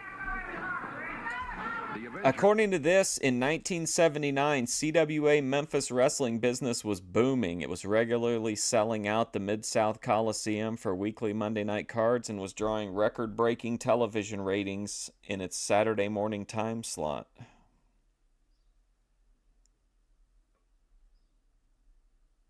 Wow. Slowly making his way over near the corner. He wants to get a tag on Buddy Wayne. Business is booming. Robert, lower leg across the back. And again.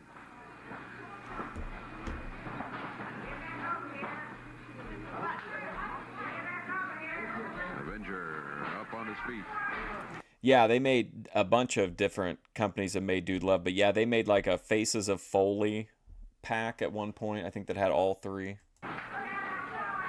for Mattel. Robert makes the tag on Rick. Rick Gibson up with the upper part of the arm across the shoulder blade. 3 minutes, 15 seconds gone. This is a one fall, 15-minute time limit match.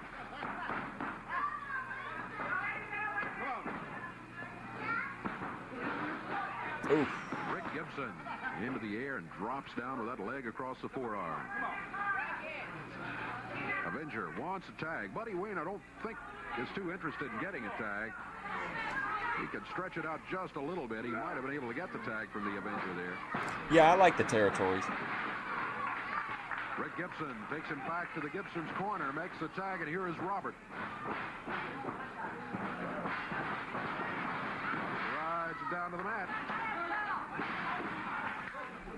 Oh, the hockey guy?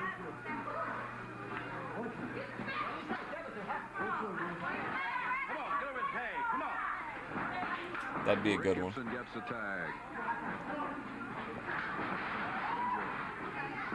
Turned loose by Robert, only to find Rick standing right behind him. I like this black and white. Outstretched hand toward Buddy Wayne. He is too far away for the tag now. Air pulling by the Avenger. That gets him over to the corner. He gets the tag on Buddy Wayne. Buddy Wayne against Rick Gibson. Oh, Buddy threw a forearm. That may not have been a very wise move because Rick Gibson responded with a forearm of his own. And then pulled the fist back and said, hey, you want to fight, we'll fight. As Rick has said earlier, he likes to wrestle, but if anybody wants a street brawl, well, he's prepared for that too. Tag made. They made a Skinner in the Hasbro line. Did they make one in any... I don't remember if he got one in the Jax line. I don't think they made a Mattel Skinner. But he definitely got a Hasbro, I think. By Rick. Here's Robert Gibson. Over the rope, down on the There's arm. also like tons of boutique action figure companies now that make really good action figures. He might have one from one of those companies. Gibson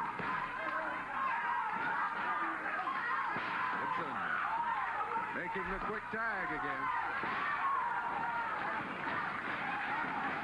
Robert in there trying to keep Buddy away from the corner, and the tag on the Avenger. Buddy. They could have like alternate, like nowadays you get like 2 or 3 different like head sculpts you can swap back and forth between.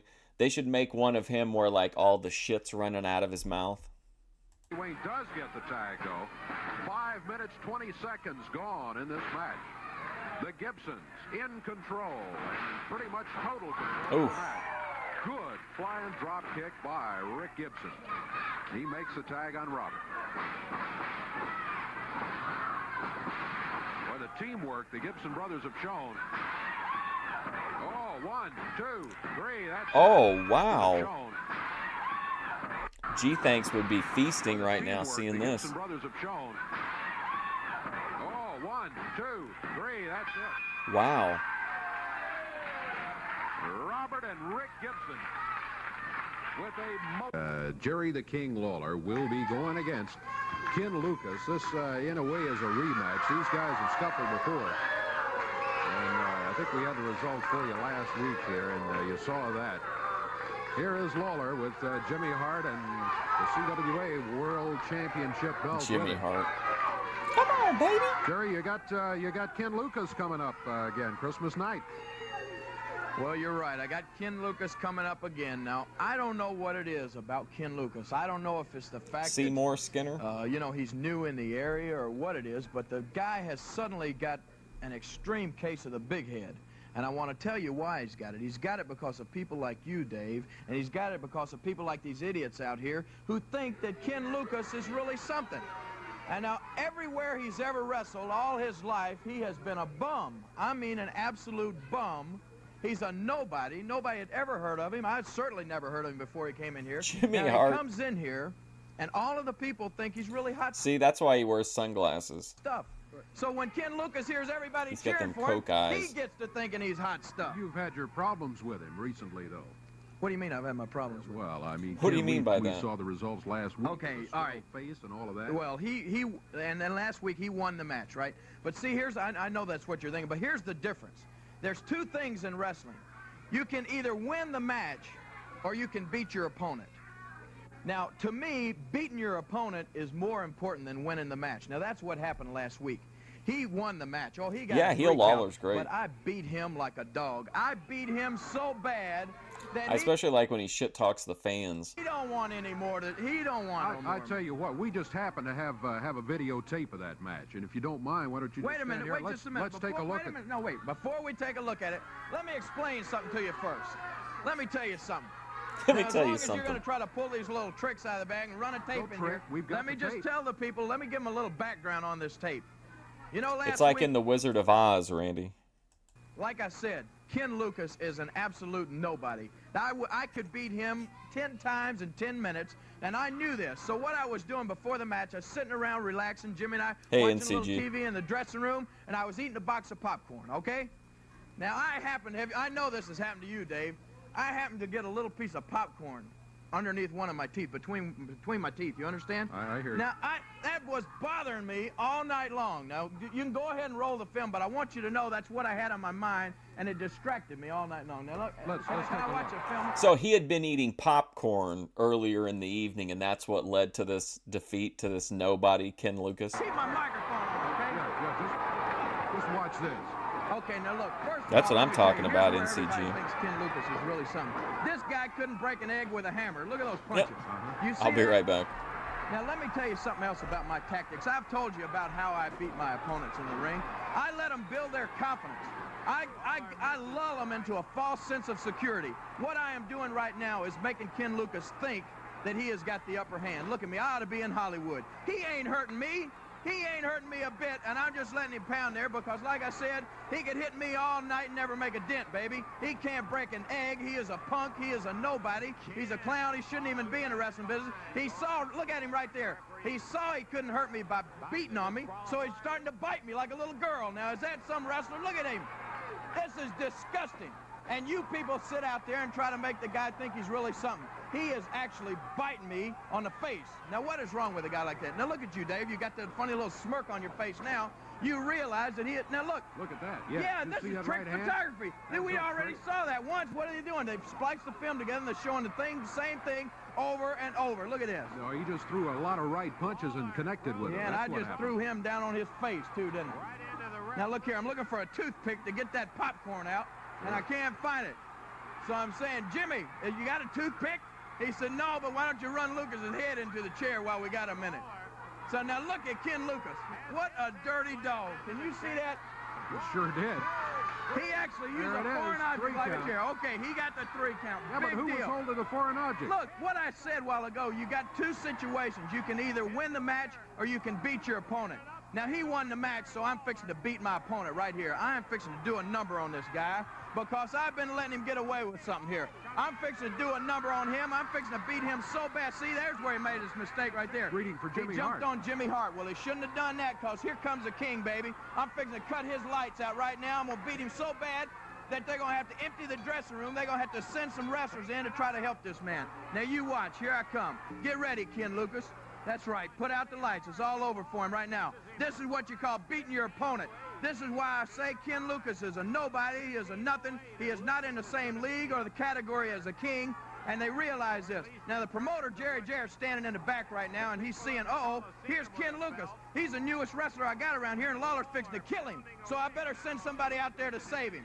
So what does he do? He sends them jerks, the Gibsons, out here in just a minute. Now look at Lucas rolling around on the mat. He is screaming. I wish they had a microphone in the ring, because right now he's crying. He's begging the referee, please get Mr. Lawler off of me before he kills me. Look at him. Let's point out it's 2 against 1 here. The match it wasn't is no over. 2 against 1. You think Jimmy Hart gonna hurt somebody? What's the matter with you, man? There's the Gibsons coming in to save him. Now, who is left laying on the mat? You will never see the King left laying like that. That's what I'm telling you. This guy is a nobody. He is a nothing. And do you realize? What's up, Icy Bird? They even had the audacity to want me to put up make it a world title match with this guy Christmas night. To be all weekend. It's not going to be a world title match because he does not deserve a shot at the belt. He is not a world-class wrestler. He is not a contender. He is a nobody. They wanted me to put the belt up to make the people think he's somebody, but I'm sorry. He's not. Well, in spite of I that, watch a lot of movies on Tubi. he's got the victory. Maybe he does deserve a shot at How the belt. can he have the audacity to claim a victory when you people just saw it right there on your TVs? The film don't lie. He was left laying in the middle of the ring, and they had to come out and save him. Would you call that the victor? But he won the match. His hand was raised in the match. Big deal. And you have to Big deal. He is a joke. He don't belong in matches with me, much less championship match. He don't even belong in the ring with me. B-neck, now they booked him against me again, and he don't deserve a shot with me. I'll beat him, and it'll take me about 5 minutes to dispose of this guy. I'm not going to do what I did last week. I'm not going to let the guy think he's got the upper hand any during the match. I'm just going to beat him right in the middle of the ring. Okay, that's it. Then it will be a non-title match, right? That's exactly right. Okay. I'm always like, even in these 70s shows where we're not really able to follow the storylines from start to finish, like, I just feel like in Memphis I'm always bought in. Non-title match. It'll be Lawler against Ken Luke Lucas. West, baby! Coming up Christmas night. Jerry, Jerry, No, I you heard all don't. of that, I'm sure. Yeah, I did, and I want to come out here and explain something to the people. I just listened to Jerry Lawler belittle Lucas and belittle the wrestling, and I want to explain something. We've got a new year starting out. Buddy and I have been in negotiations with Jerry Lawler for 2 months now for a 1980 contract. You know, all the people are familiar with Pete Rose and all the problems that they have in signing some of the big stars and what the different promotions or teams have to go through to settle with them. Well, Jerry Lawler has made what used to be an enjoyable business for me, promoting professional wrestling, a nightmare. We've had to cater to him. We've had to pay him an unbelievable amount of money, more than he's worth. And the 1980 contract that he and his people presented to us it borders on insanity. Buddy and I have been trying to lower prices with the cost of gas, and a lot of our fans come from the surrounding towns. It makes it real difficult for people to enjoy the sport or the recreation or whatever they like. So we've been working very hard to try to cut corners and cut prices and still maintain the quality talent so that we could, in fact, lower prices instead of raising them. Now, in order to sign Jerry Lawler's contract for 1980, we figured it out with a pencil and piece of paper. We'd have to raise prices in every city we do business with $1.25. So that's how ridiculous it is. Now, we're not going to do that. Furthermore, Jerry has stood out here and He's like, listen, we're not going to raise ticket prices by $1.25. That's insane. Says that Lucas is a nobody and that's a nothing match. So what I want to say to you is when you go over the card for the Memphis card Monday, Tuesday, right? Tuesday, Christmas, we're going to just treat it like it's a nothing match, and we're going to move Mr. Lawler down on the third match on the card. And no longer the main event, then, right? No. He says that it's not a main event match, and if he doesn't feel that it rates main event match status, then we'll put it on the preliminary match where it goes. We want to tell the people that we're no longer going to cater to Mr. Jerry Lawler. As a matter of fact, Christmas may be his last match. Christmas may be his last match. Because, well, I'll tell him personally. Jerry, I'll I really like this. I think this is a really interesting storyline of the idea that he's making these crazy demands, and now it's gonna hurt the fans to keep him around. Wait a minute. No, you wait a minute. You've been wanting an answer to us what we were going to do about 1980. Well, I'll tell you what we're going to do about it. We're not going to do anything about it. We're not going to sign your contract. We're not going to pay you your big guarantees. We're not going to raise prices to accommodate you. You can go the way of Mr. Pete Rose, and you can change organizations. And as for Christmas Day, the match is a nothing, you say, with Ken Lucas, so we'll treat it as such, and we'll put you down on the preliminary match where you belong. Are you through? Yeah. Are you through? Give him a big hand there.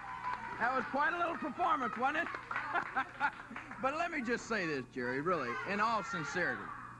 Now, I really hate that, you know, you're talking about contracts and stuff. This is really things that's better left in the wrestling offices, you know, away from the TV. But if you want to air your dirty laundry out here, then we'll just air some. Now, I just hate to say this. I mean, that was a nice little performance, but in all sincerity, I can read you like a book. Do you realize that? I know what you're trying to do. Do you know what he's trying to do, Dave? It sounds to me like he just told it like it was. No, right no, here. I'm sorry. See, that's what he wants you to think. And that's what he wants all the people out there watching to think. But what he is trying to do, he is trying to stand out here and shame me into making this a title match. He wants me to put up the World Heavyweight Championship against Ken Lucas because he thinks Ken Lucas is hot stuff. He wants me to stand here and tell you people that Ken Lucas is a good wrestler, that he has a chance to beat me. But I'm sorry, Jarrett, he is not a good wrestler. He does not have a chance to beat me. And you want me to put the title match up so it'll be a big important match on your Christmas card. But wait a minute, I just got an idea. Now, you're talking about the... Jimmy just responded about my stream being taken down the other day, and he says they block his live stream chat so he can't communicate with people. It is genocidal censorship to isolate him. The censorship is to make sure no one wants to know who he is or help him fight for justice against YouTube. YouTube wants him dead, and the proof is in 3 years of documentation which YouTube has censored, which I believe is the Divine Feminine Collective channel. They are trying to kill his spirit and make him give up hope. It is genocidal. That's from Jimmy. Why don't we do this? And you like Ken Lucas so well. Why don't we do this? I'll wrestle Ken Lucas, and I'll put up the belt. But let's have you put up something, too, because you believe in him. I believe in myself enough to put up the belt. Why don't we say this? If I beat, or if Ken Lucas beats me, then he's got the belt. You've got yourself a new world champion, and I'll sign the old, and you talk about ridiculous, 1979 contract, Mr. Moneybags. I'll sign it. That's right, where I have to run up and down the highways with, you know, I'll sign it and be penniless all next year. I'll do that. But let's say this. If I beat Mr. Ken Lucas, then you sign my 1980 contract. What about that? Do you see that guy in the background getting the wave in? Then you sign my 1980 contract. What about that, huh? Hey, that's fair enough. That's fair enough, ain't it, Michael? I've been very tolerant letting you talk because I feel like that it's your last time to run your mouth on Memphis TV. No, I don't want your CWA title match, and I don't want you. So you can wrestle on the preliminary match Monday, and we've been tolerant of your time. It's very expensive, and that's all we need of it. We need to run over the card. So you say that I'm on a third match, right? Yeah. Let me just say this, Dave. I will be on the last match down there Christmas night, okay, buddy? Remember that. We're going to do the card. We need to run over the card. Yeah. He's on the preliminary. Okay, come on around. Okay, we need to run over the card. Couple of reminders for you. This is going to be Christmas night, Tuesday night, December 25th, a big Christmas spectacular, and such a big night it's going to be. They were like, listen, we've only got enough money to have one segment in color. Give it to Lawler. It starts early, 7:30, special time, Christmas night. The opening bout, an 18-man battle royal. 18-man battle royal to open the card. The $5,000 prize goes to the winner. Each wrestler has What's to pay up, an creepy entry fee. kid? The promoter is kicking a little extra, so a $5,000 first prize for the winner of that one. Then comes a match between Buddy Wayne and Jerry Bryant. After that, another single match in which Slim, the Scufflin' Hillbilly, they Oh, call wow. him Slim, but he weighs Mighty 325 pounds, will be going against the Mighty Yankee. And then right here, Jerry, is this where we're going to put in the Lawler-Lucas match right after that one? Right after that one. All right, it will be Jerry Lawler against Ken Lucas in a non-title match after that. And then we will have the Grappler against Paul Ellering. It'll be Steve Regal going against Jimmy Hart. Regal against Jimmy Hart in the ring. You missed TNA. I really liked the Asylum years. I thought were really fun when they had the dancing girls, and like the storylines were awful, but they were at least like entertaining. Tag team title match. The champions will be there with the belts on the line. The Assassins and the challengers, the Gibson brothers, Ricky and Robert. That championship match will be at the Mid-South Coliseum Tuesday night. Then the finals of the Battle Royal will come up after that. The preliminaries of the Battle Royal will be the first thing on the card. Then the last two guys left will come back in the finals with no time limit, no disqualification, no holds barred, and there will be no referee in the ring. And again, first prize. Man, what a great Christmas Let me explain card. why we're doing that. The last two men in the Battle Royal will go back for the finals. And because it's a Battle Royal, there's a possibility that it could be somebody like Lawler against one of the Assassins, or Sonny King against Tojo Yamamoto, for that matter. And if we don't have the match so that it's one winner and all these stipulations, then They made a it could end figure up, of him. you know, being a stop match or a double disqualification, and they'd split the money. So we do want one winner, and with these stipulations, no time, no DQ, no holds barred, and the referee outside the ring, there will be a winner. Okay, the finals of the Battle Royal. Then comes a Texas Death Match. I mean, Smart Mark probably has quite a bit of the indie stuff. I don't know how well preserved it is or anything. In which Tojo Yamamoto and Sonny King will be going against Rick Morton and Big Red. And that is going to be now the main event of the night, correct? Because the other one has been moved down. And I know we're running out of time, but a lot of the people have called. Jonesboro, the new building is almost ready, and the opening match will be January the 5th. That's Saturday night, January the 5th, in our brand new building in Jonesboro. Okay, very good. About to wrap it up here. I do want to mention a couple of other things. Tuesday night, 7:30, general admission will be $2. Children under 10, when accompanied by adults, will be admitted to general admission free. The box office is closed today due to the Liberty Bowl, but it will be open all day Monday, 9 a.m. to 5 p.m., and will open Christmas Day at 1 o'clock and stay open till match time. Remember, it's Tuesday night, Christmas night, in the Mid-South Yeah, it's like Coliseum. the end of the season is going to be the three-part TNA series. Here in just a moment. Stay with us. More of it's coming up. Duct tape. Get to you right now. So here we go. Yeah, we're back for the third match on Championship Wrestling. The first two didn't take very long, as they say. Two single matches that found Dennis Condrey in 105 defeating Paul Correa. David Schultz, an unusual and different David Schultz, winning over Steve Regal in 319 when they... Like, a lot of the indie physical media is on, like, DVD-Rs, so you would probably want to, like, do a digital archive and then have, like, multiple backups, you know what I mean? I was stopped as Regal was unable to continue. Rick Morton in the ring right now with Tojo Yamamoto. I don't know how much of that pure wrestling you're going to see here. You're going to see more like... Jeff Jarrett was 12. He comes in, I think, in 86, right? I think we saw him right at the beginning when he first came in, or pretty close. Morton, all right, into the corner, goes after Tojo, rolls under. Morton missed, he got a count of 1.5, and now he's up in the air, and Tojo out of the ring. Sonny King and Tojo Yamamoto going against Rick Morton and Very Large Red, who's down outside the ring. Referee saying, get back up on the corner of the ring. Tojo around to the corner where Sonny is.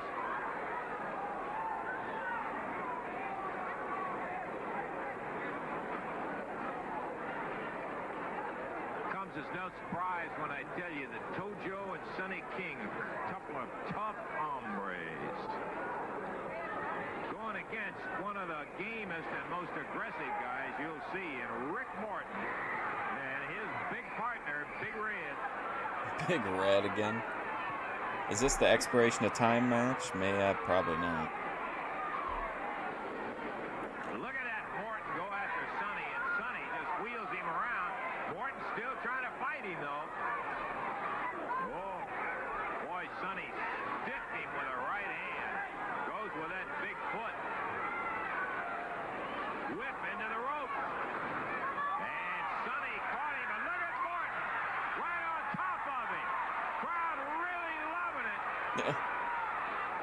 Former partners Morton and Sonny King. They are scrapping something else. Tojo over to get his 2 cents in. Here comes Big Red. A chop on Rick Morton on the floor out here. And Tojo again picks the big fella up. As he fell, he hit that metal standard. Referees lost all kind of control here. Wow. Big Red and Sonny King in it. The referee trying to get them apart. While Tojo just flailing Rick Morton with that shoe now. Referee gets Sonny and Red apart. And Morton on the edge trying to get under the bottom rope.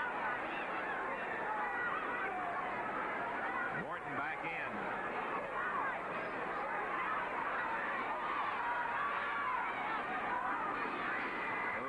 Oh. Sonny almost put him out of the ring again with that right hand. There's a tag on Tojo.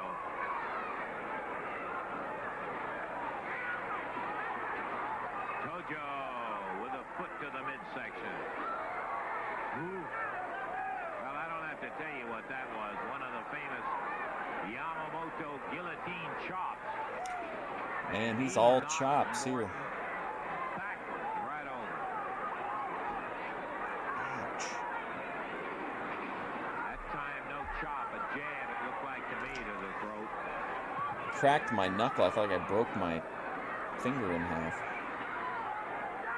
Rick hammered into that middle turnbuckle. Tojo continues with a chop. Tag Sonny King. Sounds good, Daniel. King takes over and starts it off with a big right hand. Big Red trying to tell the referee, why don't you cut some of that stuff out? Morton trying to battle his way back on Sonny King. Tojo grabbed him by the tights and jerked him backwards right off his feet.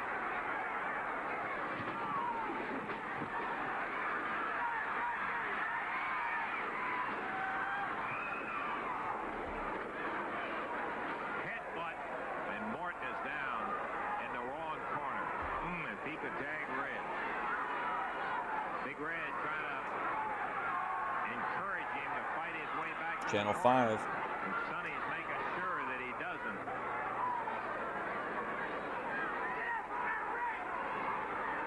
Sonny once again manhandling Morton up. Holds him in the air.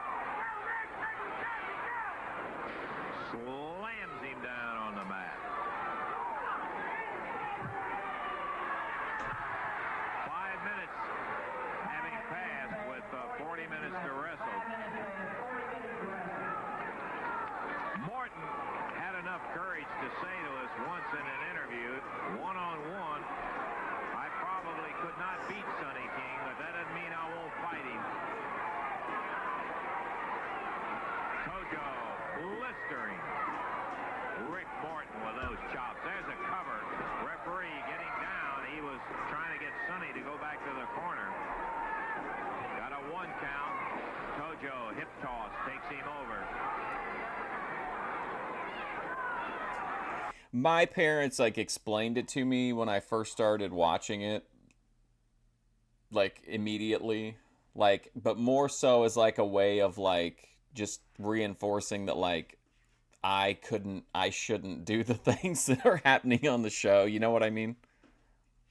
But like, even though I knew that, like it never fazed me because I can just I can suspend my disbelief for like entertainment, as you see often on the different stuff we watch. Backdrop. Hi, Methadone Clinic. Over and Yamamoto goes for a cover, but Rick Morton's leg over the bottom rope. And that'll... Are you excited for your appearance on Boyd Watch Live? We've got a real Methadone deep cut. Call for an immediate break. Not much of one. Sunset flip. Morton. 1, 2. Tojo slapped him with those feet right on the ears.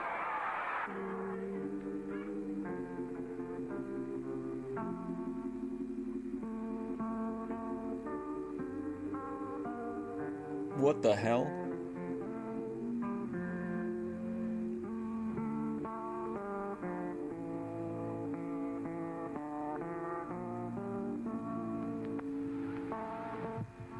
Thank you, Dave. I'd just like to take this opportunity to thank Jarrett Wrestling Organization for giving me this few minutes to talk to all you nice folks out there. You know, people, wrestlers are no exception. They're inclined to take things for granted. That driving up and down the road in a motor car, flying around in an airplane. What a great segment. Think, man, will this never end? Well, when it does, when you get sick and you can't do it, and that's when you really discover that you missed something. Yeah, I miss wrestling. You know, we'd be on Memphis TV Saturday mornings, the Mid-South Monday night, and in the neighboring towns that we wrestle in. But it's not just the wrestling. I miss talking to the people, signing autographs, kissing all the pretty little girls. And I really thought I was going to be able to be with you Christmas night, but I talked to the doctor a couple of days ago and said before the 6th week he releases me. That's the gloomy side of life. This is Christmas. We're all supposed to be happy. So what I'd like to do is get back to what I started to do in the first place. That's to thank all the thousands of people that took the time to write me a letter or send me a Christmas card. Because believe me, it was much appreciated. So I'd just like to thank you for that. And to wish each and every one of you a Merry Christmas and a prosperous New Year. Thank you.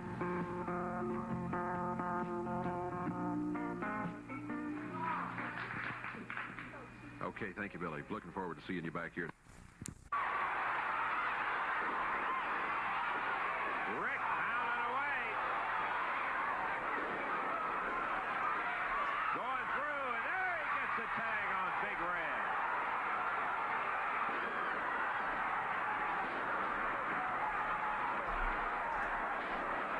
Red pounding Yamamoto.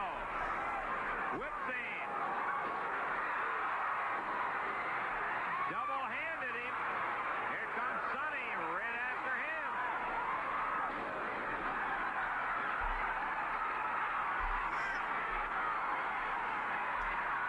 Give you a hint. It's you're out. It's like an IRL vlog. Big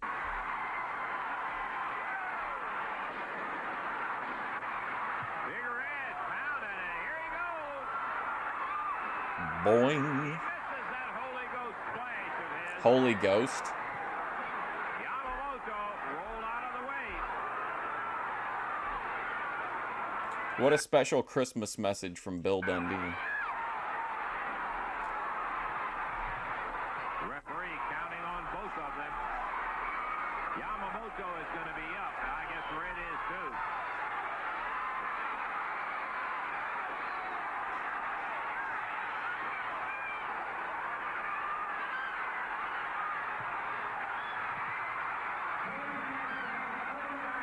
Big Red got something out right in front of us. I think he's got something. You might be making shepherd's pie. He nails Wow. Tojo before Tojo could get him. There's the splash. One. What's up, Dean Westerman? Gonna do it again. Big leg. Red nailed Tojo with assault. 2, 3. He got him.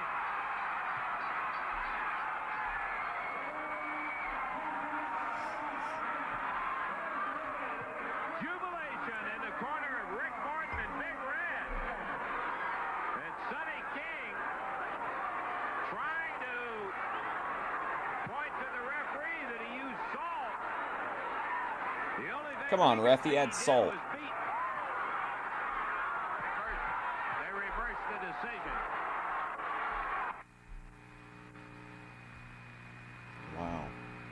Okay, I think you heard Lance say there the decision was reversed. But boy, I tell you, when Big Red comes in for a landing with a splash, look out all around. That was.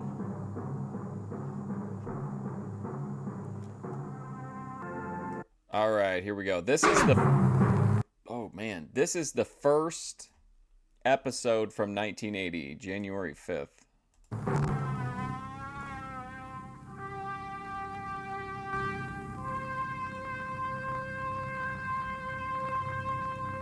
Hang on a second. This audio is wild as hell. Okay.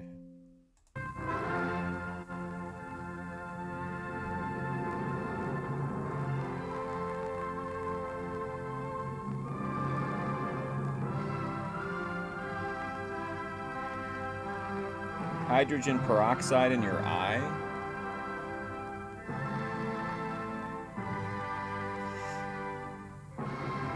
Sounds rough.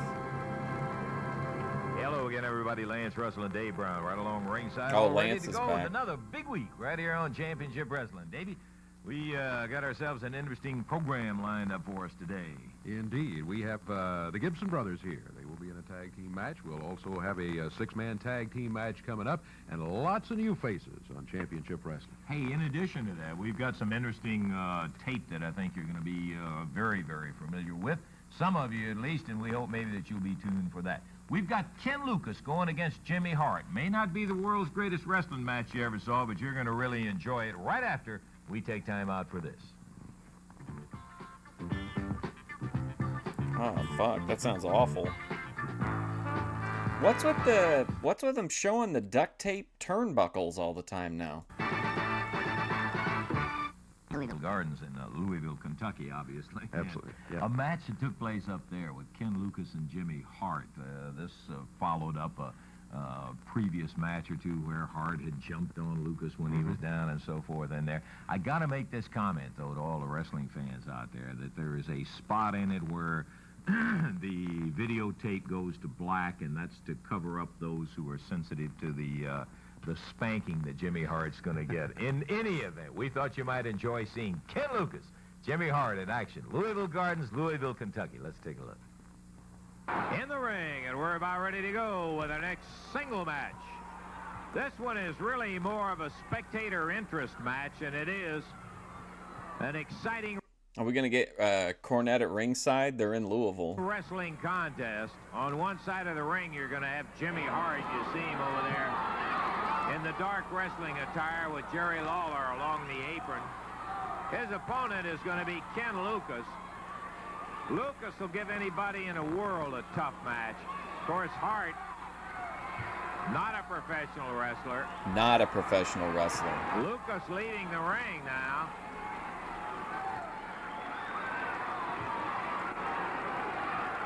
He's signaling for somebody. How old is the deep cut? I don't know. I don't remember. He's going back to get Jarrett. Promoter who tonight Let's see. is in the tights of a wrestler, as he will be in the next match in a single one against Lawler. Lucas went back to get him, I assume, to stay in the corner if Lawler is going to be in the corner of Jimmy Hart. So we may get to see Lawler and Jarrett before their scheduled match, which is next.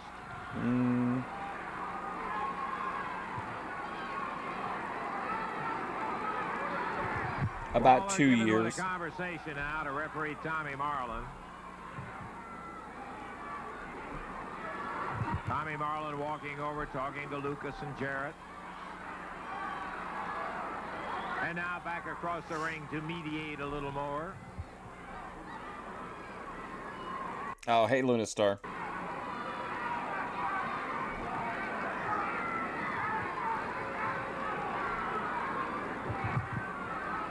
Announcer Bob Moody is Come on, wondering Bob. when we are going to start. Here we go. He's got an announcement to Bob.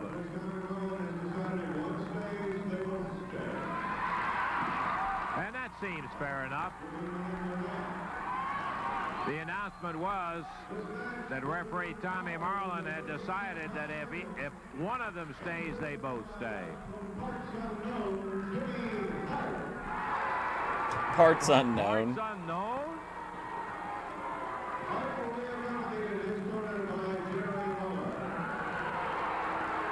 Parts unknown.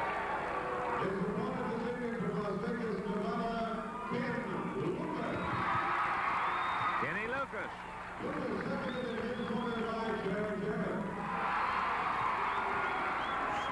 I saw that, Luna. I saw your uploads. We've got I went with a slightly older one for your Boyd watch today, but only by I think it was from last week or the week before. Hart reluctant to get through the ropes, and I don't blame him. Uh-oh. King Lee content is back with a vengeance as well. Lawler checking his elbow. There's a video called King Lee singing his heart out. If you weighed it, you'd be amazed at what an elbow pad could weigh. Or at least Lawler. Jimmy Hart quickly decided to inspect the ring area around the ring.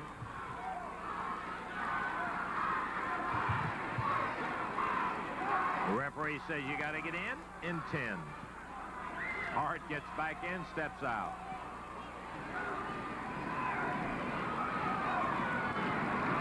All of this came about when Hart, after a match with Lucas, Lawler and Lucas, Lawler had belted Lucas, had him knocked down and virtually unconscious, hit him with a chain, and Hart jumped in after the bout was over and took advantage of Ken's condition and started pounding on him.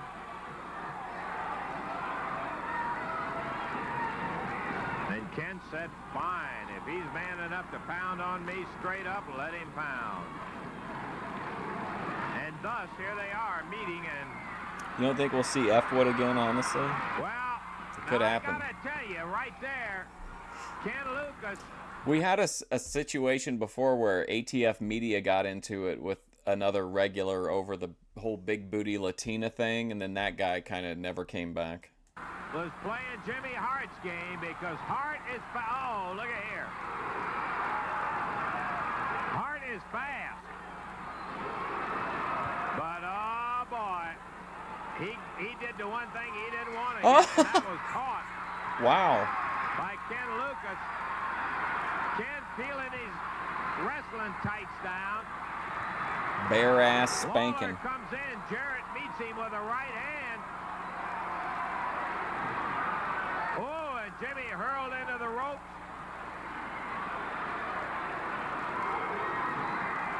Pounded down, and as a cover, 1, 2, 3, and that's all.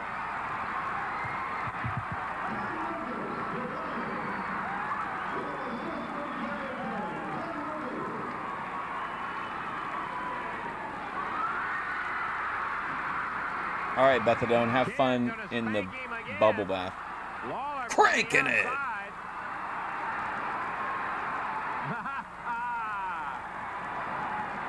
11 every minute of it. And he didn't back up when he started laying the hickory to him, too. Laying the hickory. In a manner of speaking. He used his hand, but he really wailed him.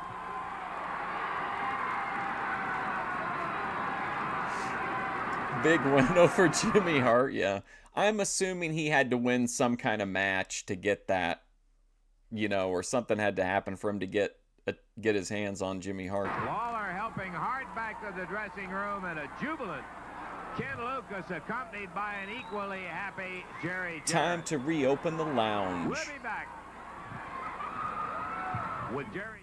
The lounge. What I was going to say was we'll be back right after we take time out for this, but Ken really enjoyed that. I said it wasn't the world's greatest wrestling match, but it was a lot of fun. That was for a fact. We've got some more action coming up for you on Championship Wrestling, and Dave and I will be back in just a moment.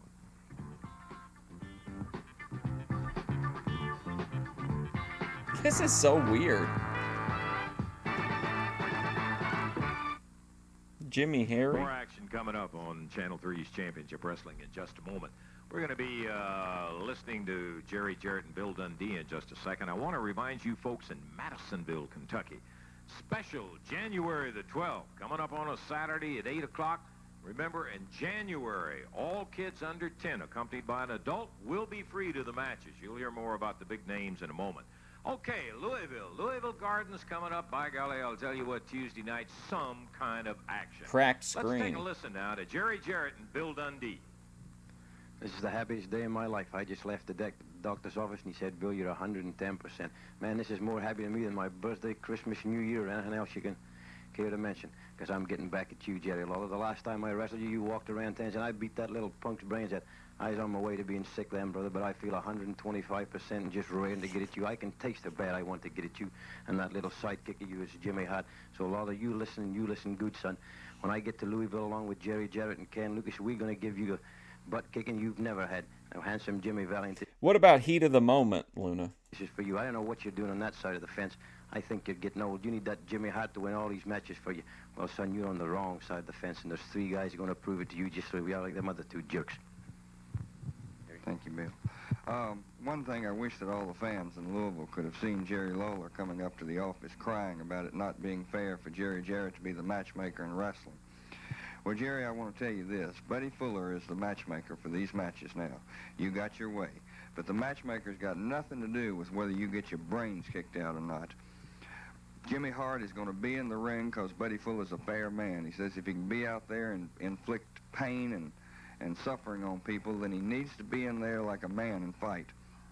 So we've got our match coming up. Ken Lucas's eyes are better. My neck's a little stiff, but it's ready to go. And we're going to do everything that we can do to see that you suffer, not just to beat you, but to see that you suffer. The heat of the moment. We had a little enjoyment and relaxation. It was a real that chat first one in favorite. there, Dave. The next one was not quite in the same vein. This was a Several people were bout cresting, that was really Luna. something between Jerry Jarrett and Jerry Lawler. So without any more description about it, let's go to the Louisville Gardens again and take a look at that action. Alrighty, set and almost ready to... Luna, what's the name of that person that's in your crew that's kind of short? Like real short? You know who I'm talking about? Is that Michelle? Go with the next bout.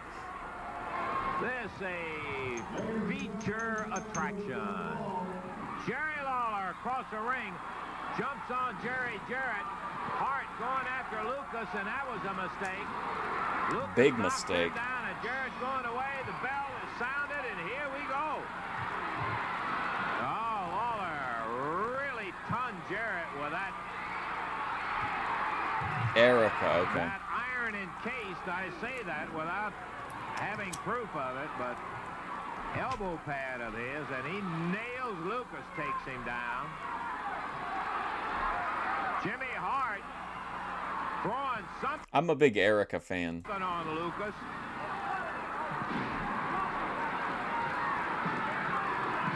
Jarrett up, puts Hart down, Lawler first, and now back. He sees Ken. Hart puts something in his eye. Man. He sees Ken. Hart puts something in his eyes.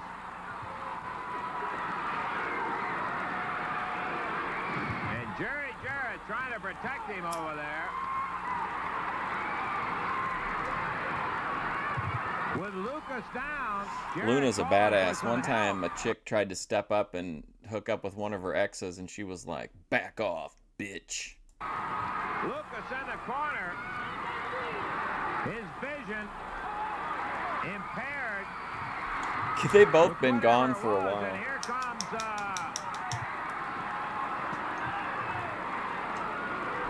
comes Dundee. I saw F Wood, though, in the last Saturday stream. Was that before the blow up or after? I can't remember how long ago it happened.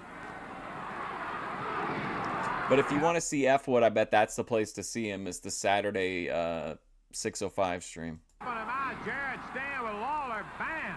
Eastern time, of course. Let me tell you, this is more than just a wrestling match. Ooh.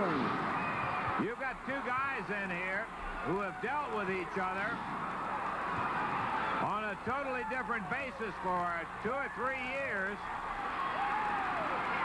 Jarrett is a promoter. Lawler is a wrestler under contract to Jarrett. Jarrett's complaint with Lawler is he is totally selfish, has stuck him for all the money in the world that he could. Stuck him for the money. Lawler, on the other hand, maintains Jarrett has done everything that he could to give him WCW. a hard road schedule all over the country. Oh. And Jarrett just let him know that that's the way you dot an I. He banged him There's quite a few people from this chat that are participate in that chat. with a good right hand.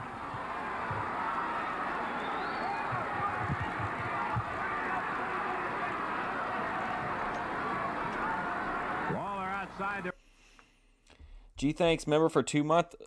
Oh, look, you upgraded your icon. You've got you got a classic struggle session now. Feasted on those promos. Thanks for all the inspiration. You're welcome, G. Thanks for 2 months of membership, buddy. Does anyone know whether karaoke is legal on Memorial Day? I don't think it is. I think it's outlawed for the Memorial Day weekend out of respect for our veterans. The ring, referee Paul Morton calling the count, telling Hart to sit down. Hart has not had a good night. Lawler is in the process of knowing what it's like. Jarrett caught him with a butte. Really tagged him off well with that right hand. Do I play video games? Yeah, I play quite a few games. Referee Paul Morton saying something in regards to the elbow pad. I think Jarrett made comment to the referee about it. Come on, ref. What's he doing here? Whoa! Lawler opens his hand finally and reveals nothing.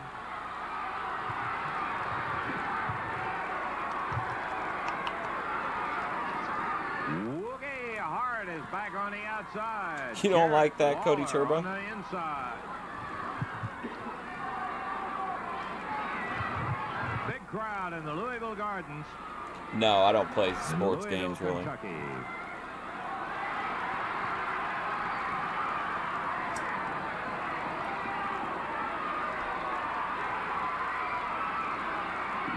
Lawler has that elbow pad down on his hand again, and Jarrett hops out of the ring wisely.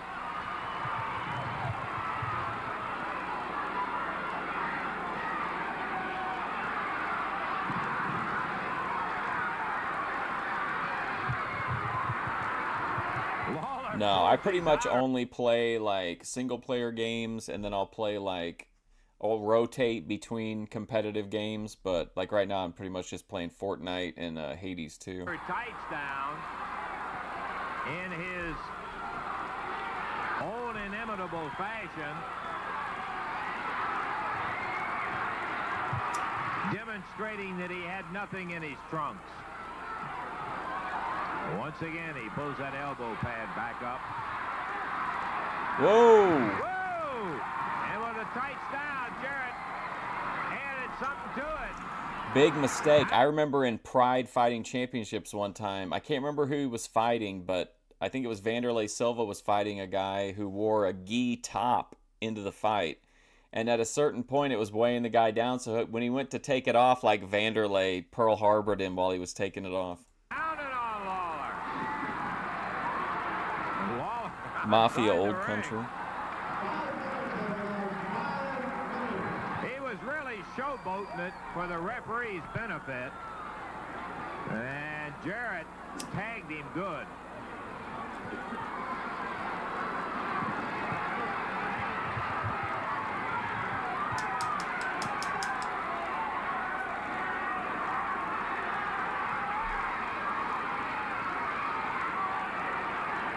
Oh, it was Yoshida. Jarrett, what a mistake. with a fine wrestling career behind him, is not totally unprepared.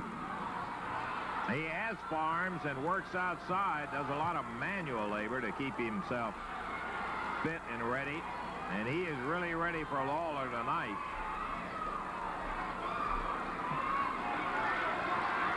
Jarrett trying to pull him out of the corner to the center of the ring.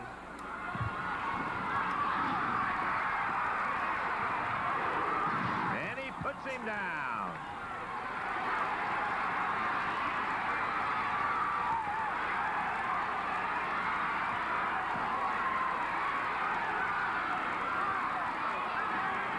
Whoa, whoa, whoa, whoa, whoa, whoa. Referee again counting for Lawler to open the hand.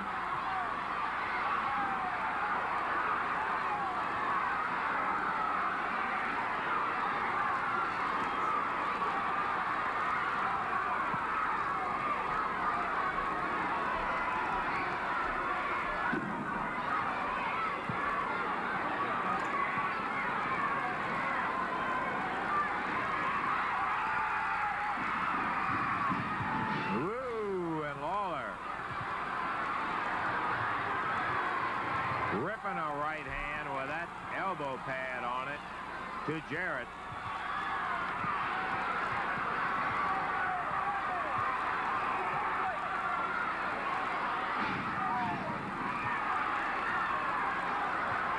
Boy, this referee's really causing a lot of problems here. Hart getting into the act now over there as Jarrett is down.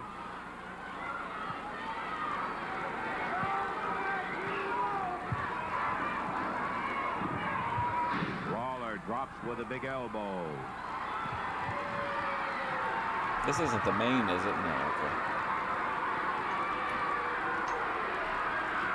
I was going to say.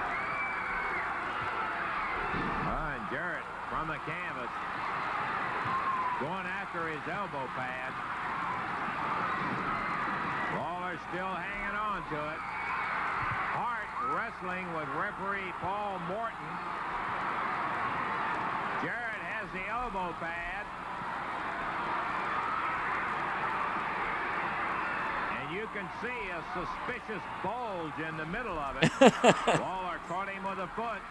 Going for Keen-eyed wrestling fans at home will notice a suspicious bulge. Pile driver, and he got it. Lawler first grabs the elbow pad before he even thinks about a pin.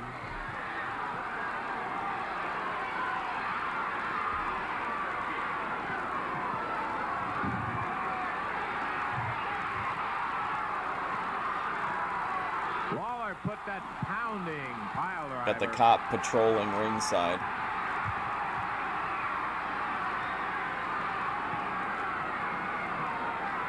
Jarrett obviously disabled by it. Oh. Shoots one at Lawler with his foot. Come on, Jerry. His left arm immobilized, but nothing wrong with that right. He hit, obviously, the pile driver is designed to drive the whole body right down on top of the vertebrae, the neck. Oh.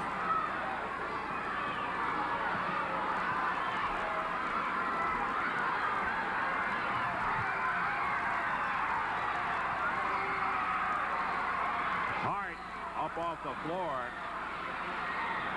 mugging Jarrett in the corner.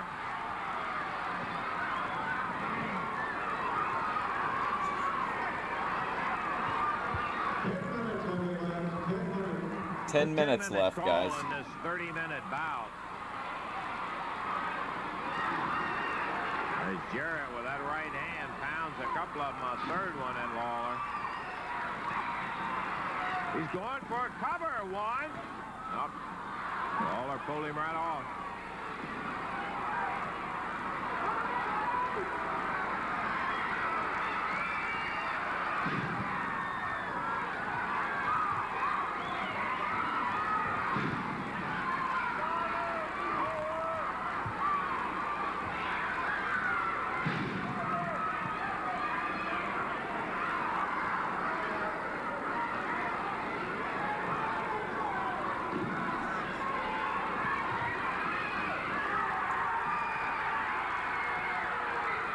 Lawler again drops with that pile driver while Hart jumped up on the ring apron to distract the referee.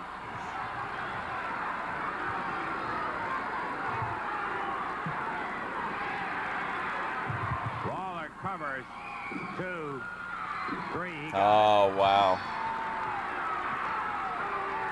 No great feat.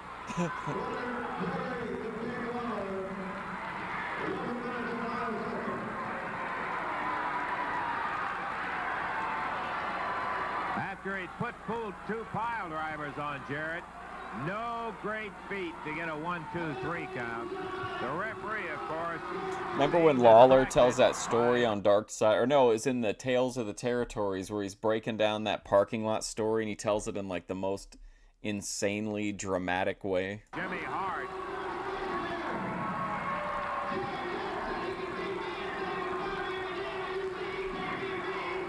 No, Daniel, never heard of it.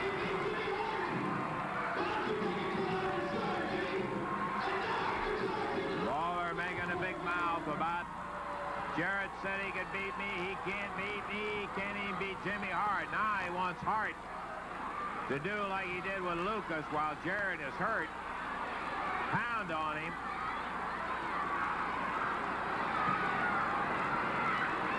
The referee Paul Morton trying to pull Hart off. Come on, ref, you can get Jimmy Hart off of him. Lawler keeping the referee from getting to Jimmy while he pounds on Jarrett.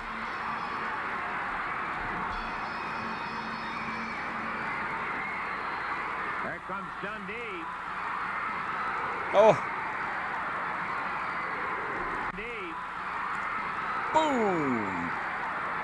Man, that was nice. Dundee.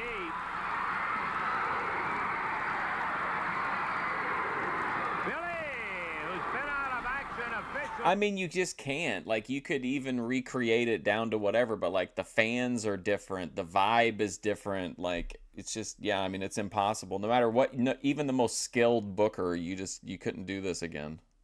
It would take so long to train people to get back to being used to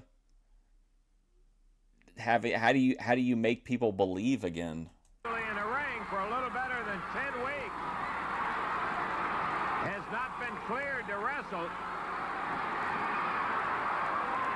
But there's nothing in the way of clearance that is necessary to help out. Yeah, we saw Freddie in Memphis quite a bit. Dundee hit that ring. And Jason a few times. To really come to the aid of a badly needing Jerry Jarrett.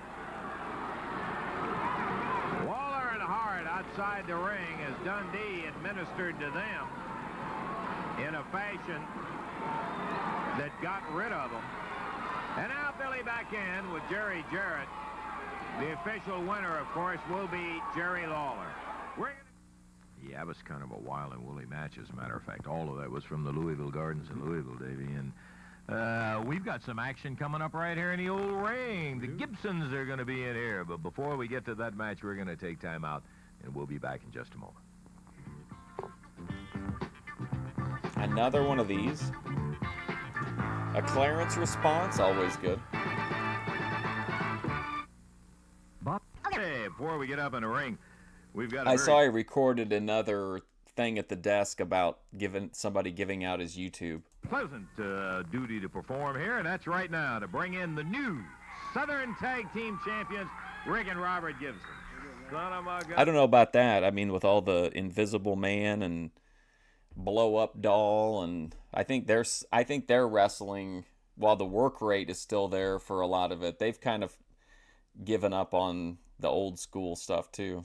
And I'll tell you, for a lot of the folks who did not know, it is a fact. The Gibsons beat the Assassins for the belt, and they are now the holders of the Southern. Hey, the last time we talked to you, you said, by golly, we better do it now, or there may not be another opportunity soon. That's right, Lance. I said it last week on this TV. If we didn't do it last week, we wasn't going to do it. I didn't think we was going to do it, and we'd pack up and leave the territory. But, baby, let me tell you, it's around my waist now, right where it is. And Memphis can be proud because they got two good champions, let me tell you. You better believe they got two good champions. And, Robert, this was no pushover team you beat for that championship. I'll just be honest with you.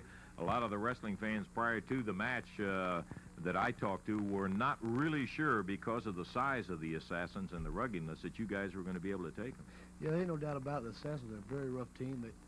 Anytime you got two guys like that, and they're both big, and they know their way around the ring, and me and my brother, we've been together like 3.5 years now, and we got our stuff together too, and it was our night last week, and I'm glad we got the belts. Hey, listen, for those folks who were not there and for the opportunity to see it, we've got the videotape. We'd like for you to stay out here and Rick and Robert just make some comments about it. So if we can, let's take a look. A very, very important night of action for the Gibsons going against the Assassins. Wonder when we're going to see the shift over toward more in-studio stuff. Tag Team Championship. We'll pick up the highlights of this particular bout. The Gibsons against the Assassins for the belts. And Robert's doing some really getting around. Finally got that tag. That's right, Lance. He made the tag, and that was my opportunity. I knew I'd been outside about 4 or 5 minutes prior to some this. A-logging. I was a little bit worried there for a few minutes in that match, but you see now, I've got motive going, and there's one thing on my mind, Lance, and it's around my waist.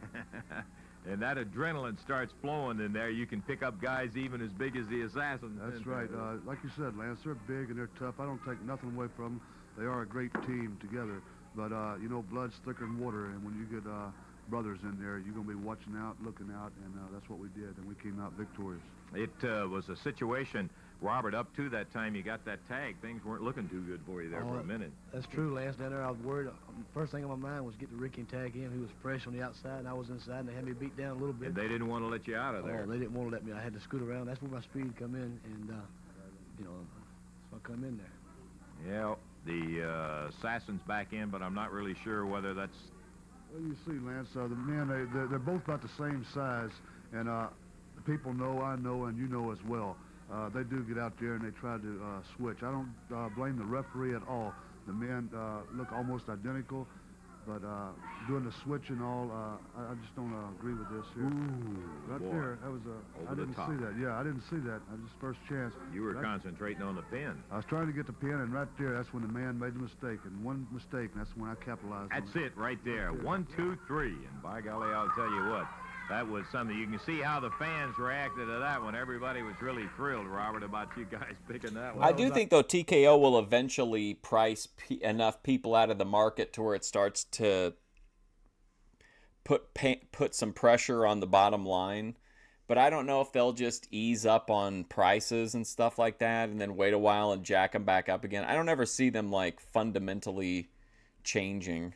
Our happiest night there. We got our belts there, and... me and my brother, that's the happiest night we've ever been. Unless they change ownership. Right here, Lance, we got them, and I hope we keep it for a while. Well, it's, I've said this before, Rick, and I got to say it in all sincerity. It is difficult to obtain a title as important as the Southern Tag. It may be even more difficult to keep it because of the number of people who want to take it away from That's right. There's many people around here, teams around here, is capable of taking these belts away from it. But like I said earlier, Lance, blood's thicker than water, and we're going to hold on to it. I'd like to say, baby, we started out a new year the right way, and we're going to continue it this way right here in Memphis. Yeah, one of my very favorite teams. Robert and Rick Gibson, congratulations again. Fellas, we wow, want to very see biased up there in the from ring, Lance Russell. We're going to see the champions in a non-title bout in action right now. You're right, a one-fall, 15-minute time limit match. Introducing, at a total weight of 492 pounds on the left of your screen, from Nashville, Tennessee. Saturday mornings, Virginia Wolf. See, Jerry Ralph, and also from Nashville, Tennessee, I'm pretty sure. Bill Smithson. And going against them at a total weight of 454 pounds, the new AWA Southern Tag Team Champions from Pensacola, Florida, Rick and Robert Gibson. This match one fall, 15-minute time limit. Referee Paul Morton. Okay, the jacket's coming off, the belt's coming off in a non-title bout. They're giving away a little weight, but that's nothing new for these guys, particularly after going against the Assassins. And we're about ready to start with Jerry Ralph in there opening up against Robert Gibson. Bell time, and here we go, Dave. Yeah, it says it aired Saturday mornings, March 20th, 1977 to 1989. That's CWA. That's like when Jarrett took over. Jerry Ralph against Robert. Back on the ropes. Referee Paul Morton right there, wants to break. Ralph backs way to the center of the ring. That's where we are now. Onto the ropes again. This time off the ropes. Robert put into the ropes by Jerry. That was my original plan, was to watch Memphis, because I used to do Saturday morning shows, and that was the plan, to watch Memphis on Saturday mornings, but I ended up having like not as much time on the weekends, so I ended up just putting, I think Boyd Watch was the Saturday morning show. Jerry Ralph. Robert steps over. Oh, a little reversal by Robert Gibson. Bill Smithson, Ralph's partner, jumps in there. I want to get like at least a few episodes of wrestling on a stream so that you can get a feel for the flow of the booking and stuff. Out of the ring. Referee Paul Morton tolling the count. The count's at 5. Count at 8. Jerry Ralph steps back through the ropes. Jerry Ralph. Robert Gibson waiting for him there.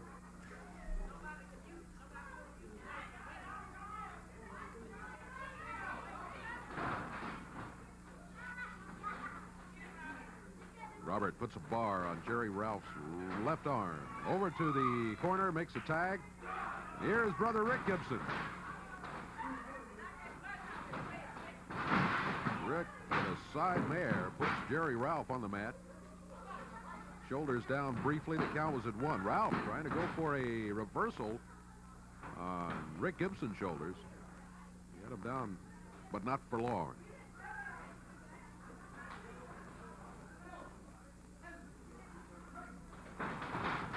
Rick Gibson into the rope. Good balance. Shoulder as he came off of there. But Ralph on the mat. Got him here again. Cover 1, 2. 2 count is all he This got. referee is on it, man. Thought maybe Rick had himself pinned there. Over to the corner of the tag. And Abdullah the Robert Butcher. Gibson back in. This is the way the match started. Robert Gibson against Jerry Ralph. I like Abdullah. 2 minutes gone. Overall time limit on this match, 15 minutes. 1 fall only. Guy with a trucker hat in the crowd. Little hair pulling gets Jerry Ralph over to the corner, and the tag on his partner, Bill Smithson. This is the first official look at Bill Smithson in the match, although he did jump in there uninvited early on. Robert Gibson put a little pressure on that shoulder, upper arm, Bill Smithson.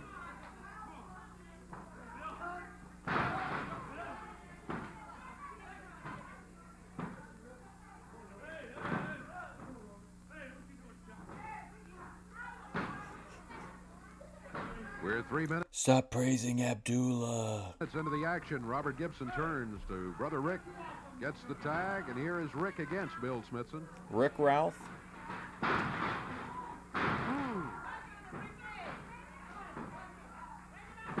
Rick really putting on the pressure on the hole.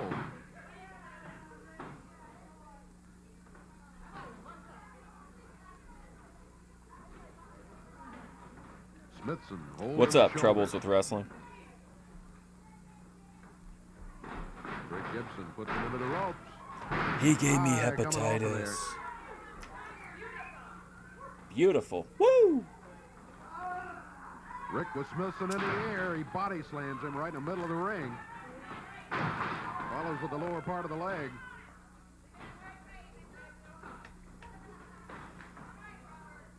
Here's Robert coming back in.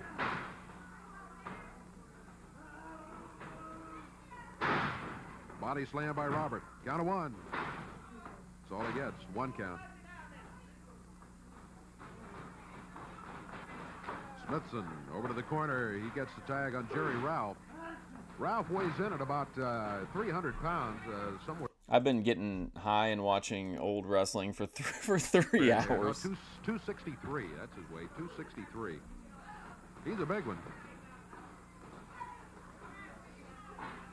In there now against Rick Gibson.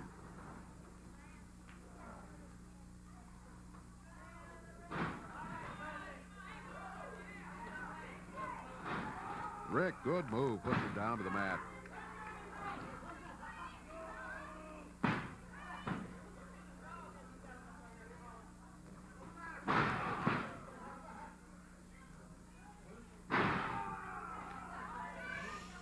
Bloodborne. Rick Gibson dropping with that lower leg. He picks Jerry Ralph up. Drives him down to the mat. Gets the tag on Robert. Little teamwork. Rick put him into the ropes. Robert with a drop kick. 1, 2, 3. It's all over. There was probably a lot of misguided trust all the way Rick around. and Robert Gibson here in a non-title match. Do come away with a win, though, rather convincingly, too, over Jerry Ralph. He went right up over Bill the top. Smithson, the time on it, 5 minutes, Rick 12 Nixon. seconds, and the win for the Gibson brothers. Yeah, not kind of an introduction to championship wrestling that Smithson and Ralph would have liked to have had. Oh, but Smithson. And by the same token, they picked a pretty tough team to open up with when they went against the Gibson. Right. We got some more action coming up here, and by golly, we got plenty of it. As a matter of fact, we're going to have an opportunity a little bit later to hear from Billy Robinson in his recovery period. We'll get to that in just a moment. Right now, take time out. Alrighty, Wave Country's Championship Wrestling continuing right along here, and I hadn't had the opportunity to tell you the entire card coming up next Tuesday. right there in the Louisville Gardens. Man, it's going to be a big one, too. Paul Ellering goes against the Yeah, and then that helped fuck up bout. his liver or Steve something. Regal will be in there in a single match. Partially. His opponent will be Buddy Wayne. It'll be Rick Morton and Big Red. Man, you're going to see some action when they get together to go against Sonny King and Tojo Yamamoto back in action. And then there'll be a tag match where the mask will be at stake. Bear this one in mind. The Gibsons against the Assassins. Both teams will be wearing masks, and the bout will continue with no disqualification, no time limit, until one man has had a mask pulled off, and that will signify the end of that particular bout. Going to be a big one, followed by a six-man tag match when the superstar Bill Dundee, Jarrett, and Ken Lucas go against Handsome Jimmy, Jerry Lawler, and Jimmy Hart. Don't miss it next Tuesday. He had some great matches recently that we've been watching, and then he had a great promo where he's like all beat up in bed with a broken arm. I want to keep you posted on a young man out of Manchester, England, quite popular all over the area. Billy Robinson. Billy, of course, injured some weeks ago, and we are trying to keep you up on his progress. He's up at his home in Minnesota recovering, and let's hear from Billy Robinson right now. Ladies and gentlemen. Oh, here we go. I've asked for this time to come and talk to you. And the reason I'm talking to you is because basically I'm going stir crazy. I've never been off this length of time before except one time with an eye injury. And I want to say that I have a message for the Assassins. You know, there's not been 1 minute or an hour or a day or a week that I've not thought about what you have done, about what it's cost me. Fortunately for me, the doctor said the cast is going to come off pretty soon, and I can't wait. The sooner the better. I want to tell you, Assassins, I am going to get back. I want to promise all the people in this area, Tennessee, anywhere, it makes no difference. I will get my hands on the Assassins, and I want to hurt them as they've hurt me. I want to hurt them in the pocketbook. All expensive oak. I want to make you a promise that I've never made anybody else before. I'm going to come, and I'm going to be in the ring, and I am going to take their masks off, and I am going to injure them. Only one time before, when I nearly lost my eyesight through a wrestler, and I got the return match after spending 5 months off. Well, let me tell you about that man. He no longer wrestles. He's no longer in the sport, and he no longer can do anything physical. Now, I'm making a promise, and I've never gone back on my word any time, any place. The Assassins, I'm coming back, and I'm coming back for you. Okay, Billy Robinson, and we'll keep you posted on Who's Billy, this guy? You just walk out of the crowd? Incident coming up with the Assassins where his arm was fractured in there, but Billy's getting along fine. We're delighted to get that from Dave. I think we got action ready to go. This will be a one-fall, 15-minute time limit tag team match, introducing at a total weight of 522 pounds on the right of your screen. From the hills of Missouri, Slim, the hillbilly, and his partner from Jonesboro, Arkansas, David Oswald, going against them in this match. Total weight, 590 pounds from parts unknown. It's really weird. It looks like he's wearing, it's impossible, but it looks like he's wearing a UFC shirt. Remember the old logo with the bald-headed guy? One for 590 pounds. Look at it when it shows it from that perspective. It looks like this looks like a old school UFC shirt. From parts unknown, the Assassins. One fall, 15-minute time limit match. Referee Paul Morton. Okay, look at all them ready tats. for it, as the Assassins pull out of their robes, and Slim comes off with his top, David Oswald. First look at him. Paul Morton in there, and we're about ready to get it on. They got a tough chore, do the hillbilly and Oswald. Bell time, Dave, we're off and running. As the Assassins get it underway, this is Assassin number 1 starting out against Slim the hillbilly out of the hills of Missouri. Not the original Slim the hillbilly, who is from Kentucky. He's a heavy one himself. Assassin number 1 starting right into action. Whoa, look at that, a power slam. Well, that big guy, good night, and he drops with the elbow down there. David Oswald, the hillbilly's partner over there, taking a look from outside the ropes, and he's wondering whether he wants any part of these two guys. The big Assassin former holders of those Southern Tag belts. We need a tattoo tour video. Showing a little bit of their stuff in there for a back front face lock as the assassin backs Slim into the corner. And he makes a tag on David Oswald. Oswald's first venture into the ring on championship wrestling, and a rolling arm lock takedown. And the assassin number 2 hops down with a flat of that foot, tags his partner. Is this our expiration of time match? Maybe not. In the air. Oh, well, now he looks better. He's got his shirt. Now he's wearing the overalls. And pounds down with a body slam. Once again, and this time a power slam as he follows it down. He doesn't even bother to try to go for the count. He grabs the arm, turns it up into a twist. Referee saying, are you going to give it up? The assassin lifts David Oswald up and powers him back down. And once again, the assassin picks him up only to put him right back down on the mat again. There's a tag on the assassin number 2. With the hair that time, and the referee telling him, big assassin splashes down on the shoulder and arm of David Oswald. Another tag. Oof. In comes number 1.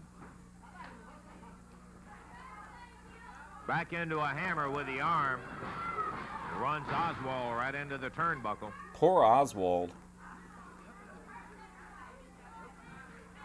Tag on number 2. They have just totally dominated the action in there. It has been one-sided. What's he doing, though? Playing Minecraft? Having that arm worked on in good shape. That's a trademark of the Assassins. They love it.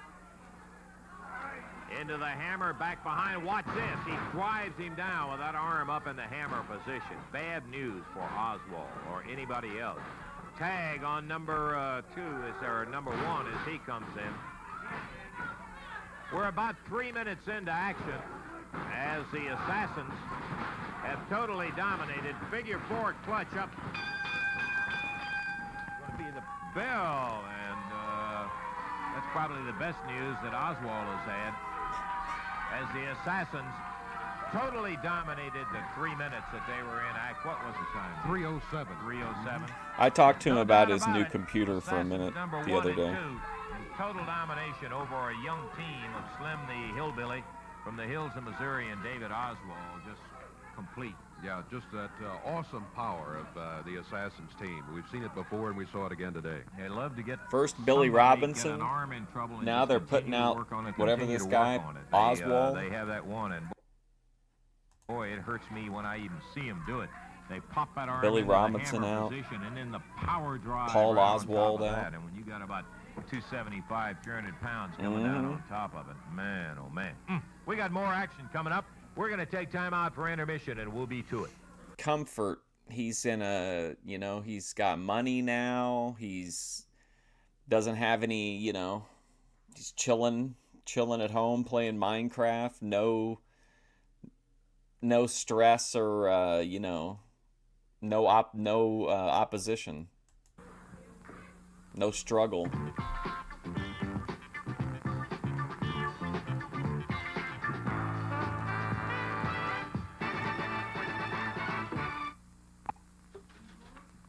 Six-man tag team match just about to get underway here. We will have Steve Regal, Rick Here's Morton, our Big maybe Red in expiration the of time ring, match. against Buddy Wayne, Ken Barnes, and a partner to be named on their side of the ring there.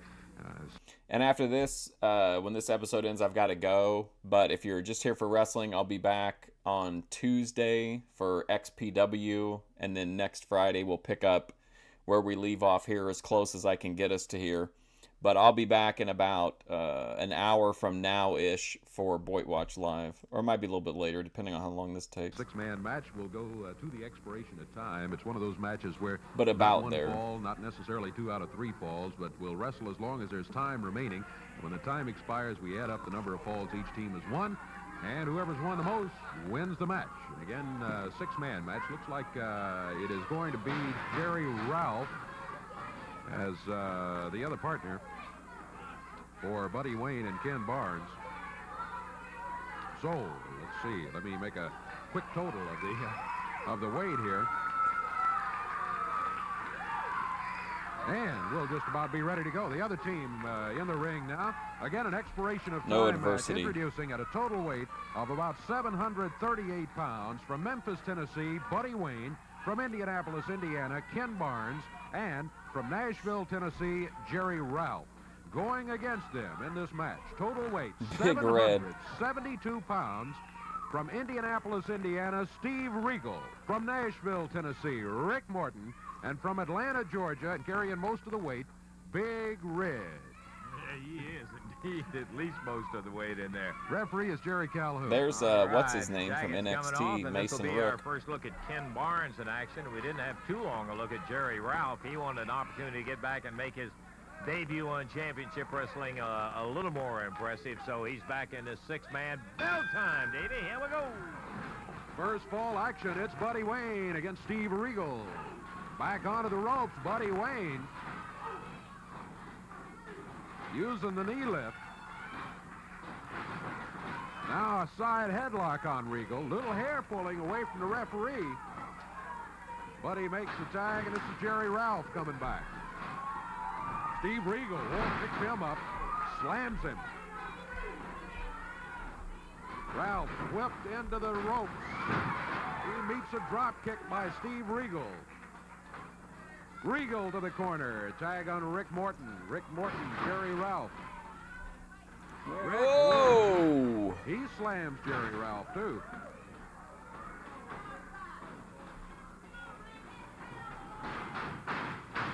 Jerry Ralph. Ralph whipped into the turnbuckles by Rick Morton. Tag man, and here comes Big Red.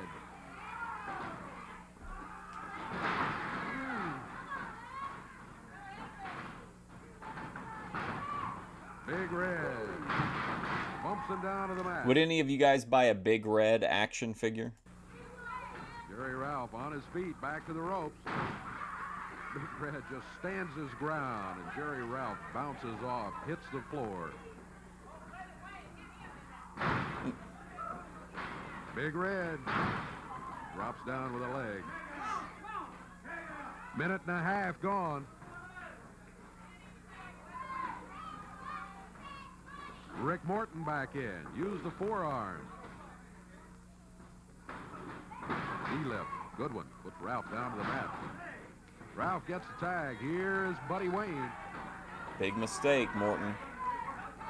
Buddy Wayne saying, hey, referee, let's get those fists open.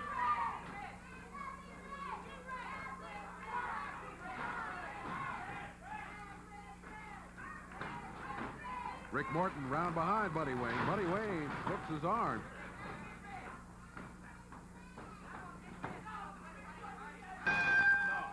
Oh.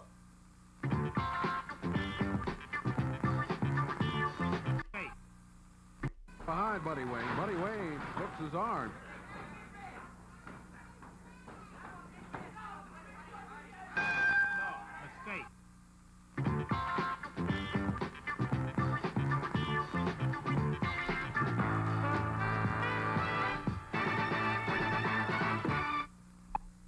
We told you the entire card just a little bit ago. By golly, those last two matches will be worth the price of admission in themselves. Mask at stake, falls don't count, no time, no disqualification. The Gibsons against the Assassins. It ends when one man is unmasked, because the Gibsons will have there we on go. mask also. And then that six-man match. Bill Dundee, Jerry Jarrett, Ken Lucas going against Handsome Jimmy, Jerry the King, and Jimmy Hart. That's the kind of action coming up Tuesday night in the Louisville Gardens. You call him Jerry Jarrett. He's got to be an airhead. Let me tell you, he can't have anything upstairs, brother. If he could just take that pea brain of his and think back a couple of weeks ago to the beating and the severe, I mean, we almost killed the man. Let's just face facts. They had to carry him out. He couldn't even be there last week. He couldn't promote. He couldn't book matches. He couldn't do a thing but lay in bed with a neck in a cast all week long. And he's coming back and wants me again? What's wrong with him, Lance? He's stupid, isn't he? Obviously feels like he's got something to say. He obviously feels like he can hide behind Bill Dundee and Ken Lucas. Well, let me tell you something, Jarrett. We got something to settle, and I'm going to do the settling. You think that beating was bad last time? Wait till I get you this time. I don't care if you had King Kong and Godzilla. You couldn't hide behind them up there in Louisville, brother. Well, you're 1/3 of the team. Here's another third of it. Handsome Jimmy back. Woo, mercy, baby. Handsome's back, Daddy. This is the headlines, baby. It's all over the world. Handsome Jimmy's back. Nice bow 1980. tie. I love it. You know, I can't trust many people in this world. You know, you're one of them, Lancer. I don't trust you, brother. I'll never turn my back on you. I can't trust the milkman. I can't trust the man next door. I can't Milkman. trust my Doberman pitcher, baby. And I sure can't trust my old lady. But I can't trust Kingfish, baby. And I can't trust Great title. the greatest manager in the world, Jimmy Hart. These are my people. Can you imagine the three of us? Kingfish, Handsome Jimmy, and Jimmy Hart. Woo! Let's see. Too much to take on one break. If Louisville Gardens is big enough, it'll all be happening next Tuesday when the action gets underway. You be there. I hate it that our time runs out like Be that, there. but periodically it does on our championship wrestling. And that is exactly what happened today. We didn't have an opportunity really to continue long enough to even get started with the six-man match, but I'm glad we got in whatever action we could. We had some interesting things we wanted to show you from around the territory, and there will be more of it, as a matter of fact, coming up next week on Championship Wrestling. You be sure and check us out. We'll be looking for you then. For Dave Brown, Lance Russell saying bye-bye, everybody. All right, guys, that's all the time I have. Again, if you're just here for wrestling, Tuesday, XPW, next Friday, Memphis Wrestling. But I will be back in about an hour for Boyd Watch Live. But just remember, if you're not coming to Boyd Watch Live, I won't be here on Monday. So after Boyd Watch Live, that I won't see you till Tuesday. But anyway, thanks for hanging out. Great set of episodes, I think. Some great Billy Robinson promos. I don't know that I'll ever forget the Bill Dundee Christmas promo. That one was pretty great too. But all right, I gotta go. But thanks for hanging out. I appreciate it. Hopefully I'll see you soon.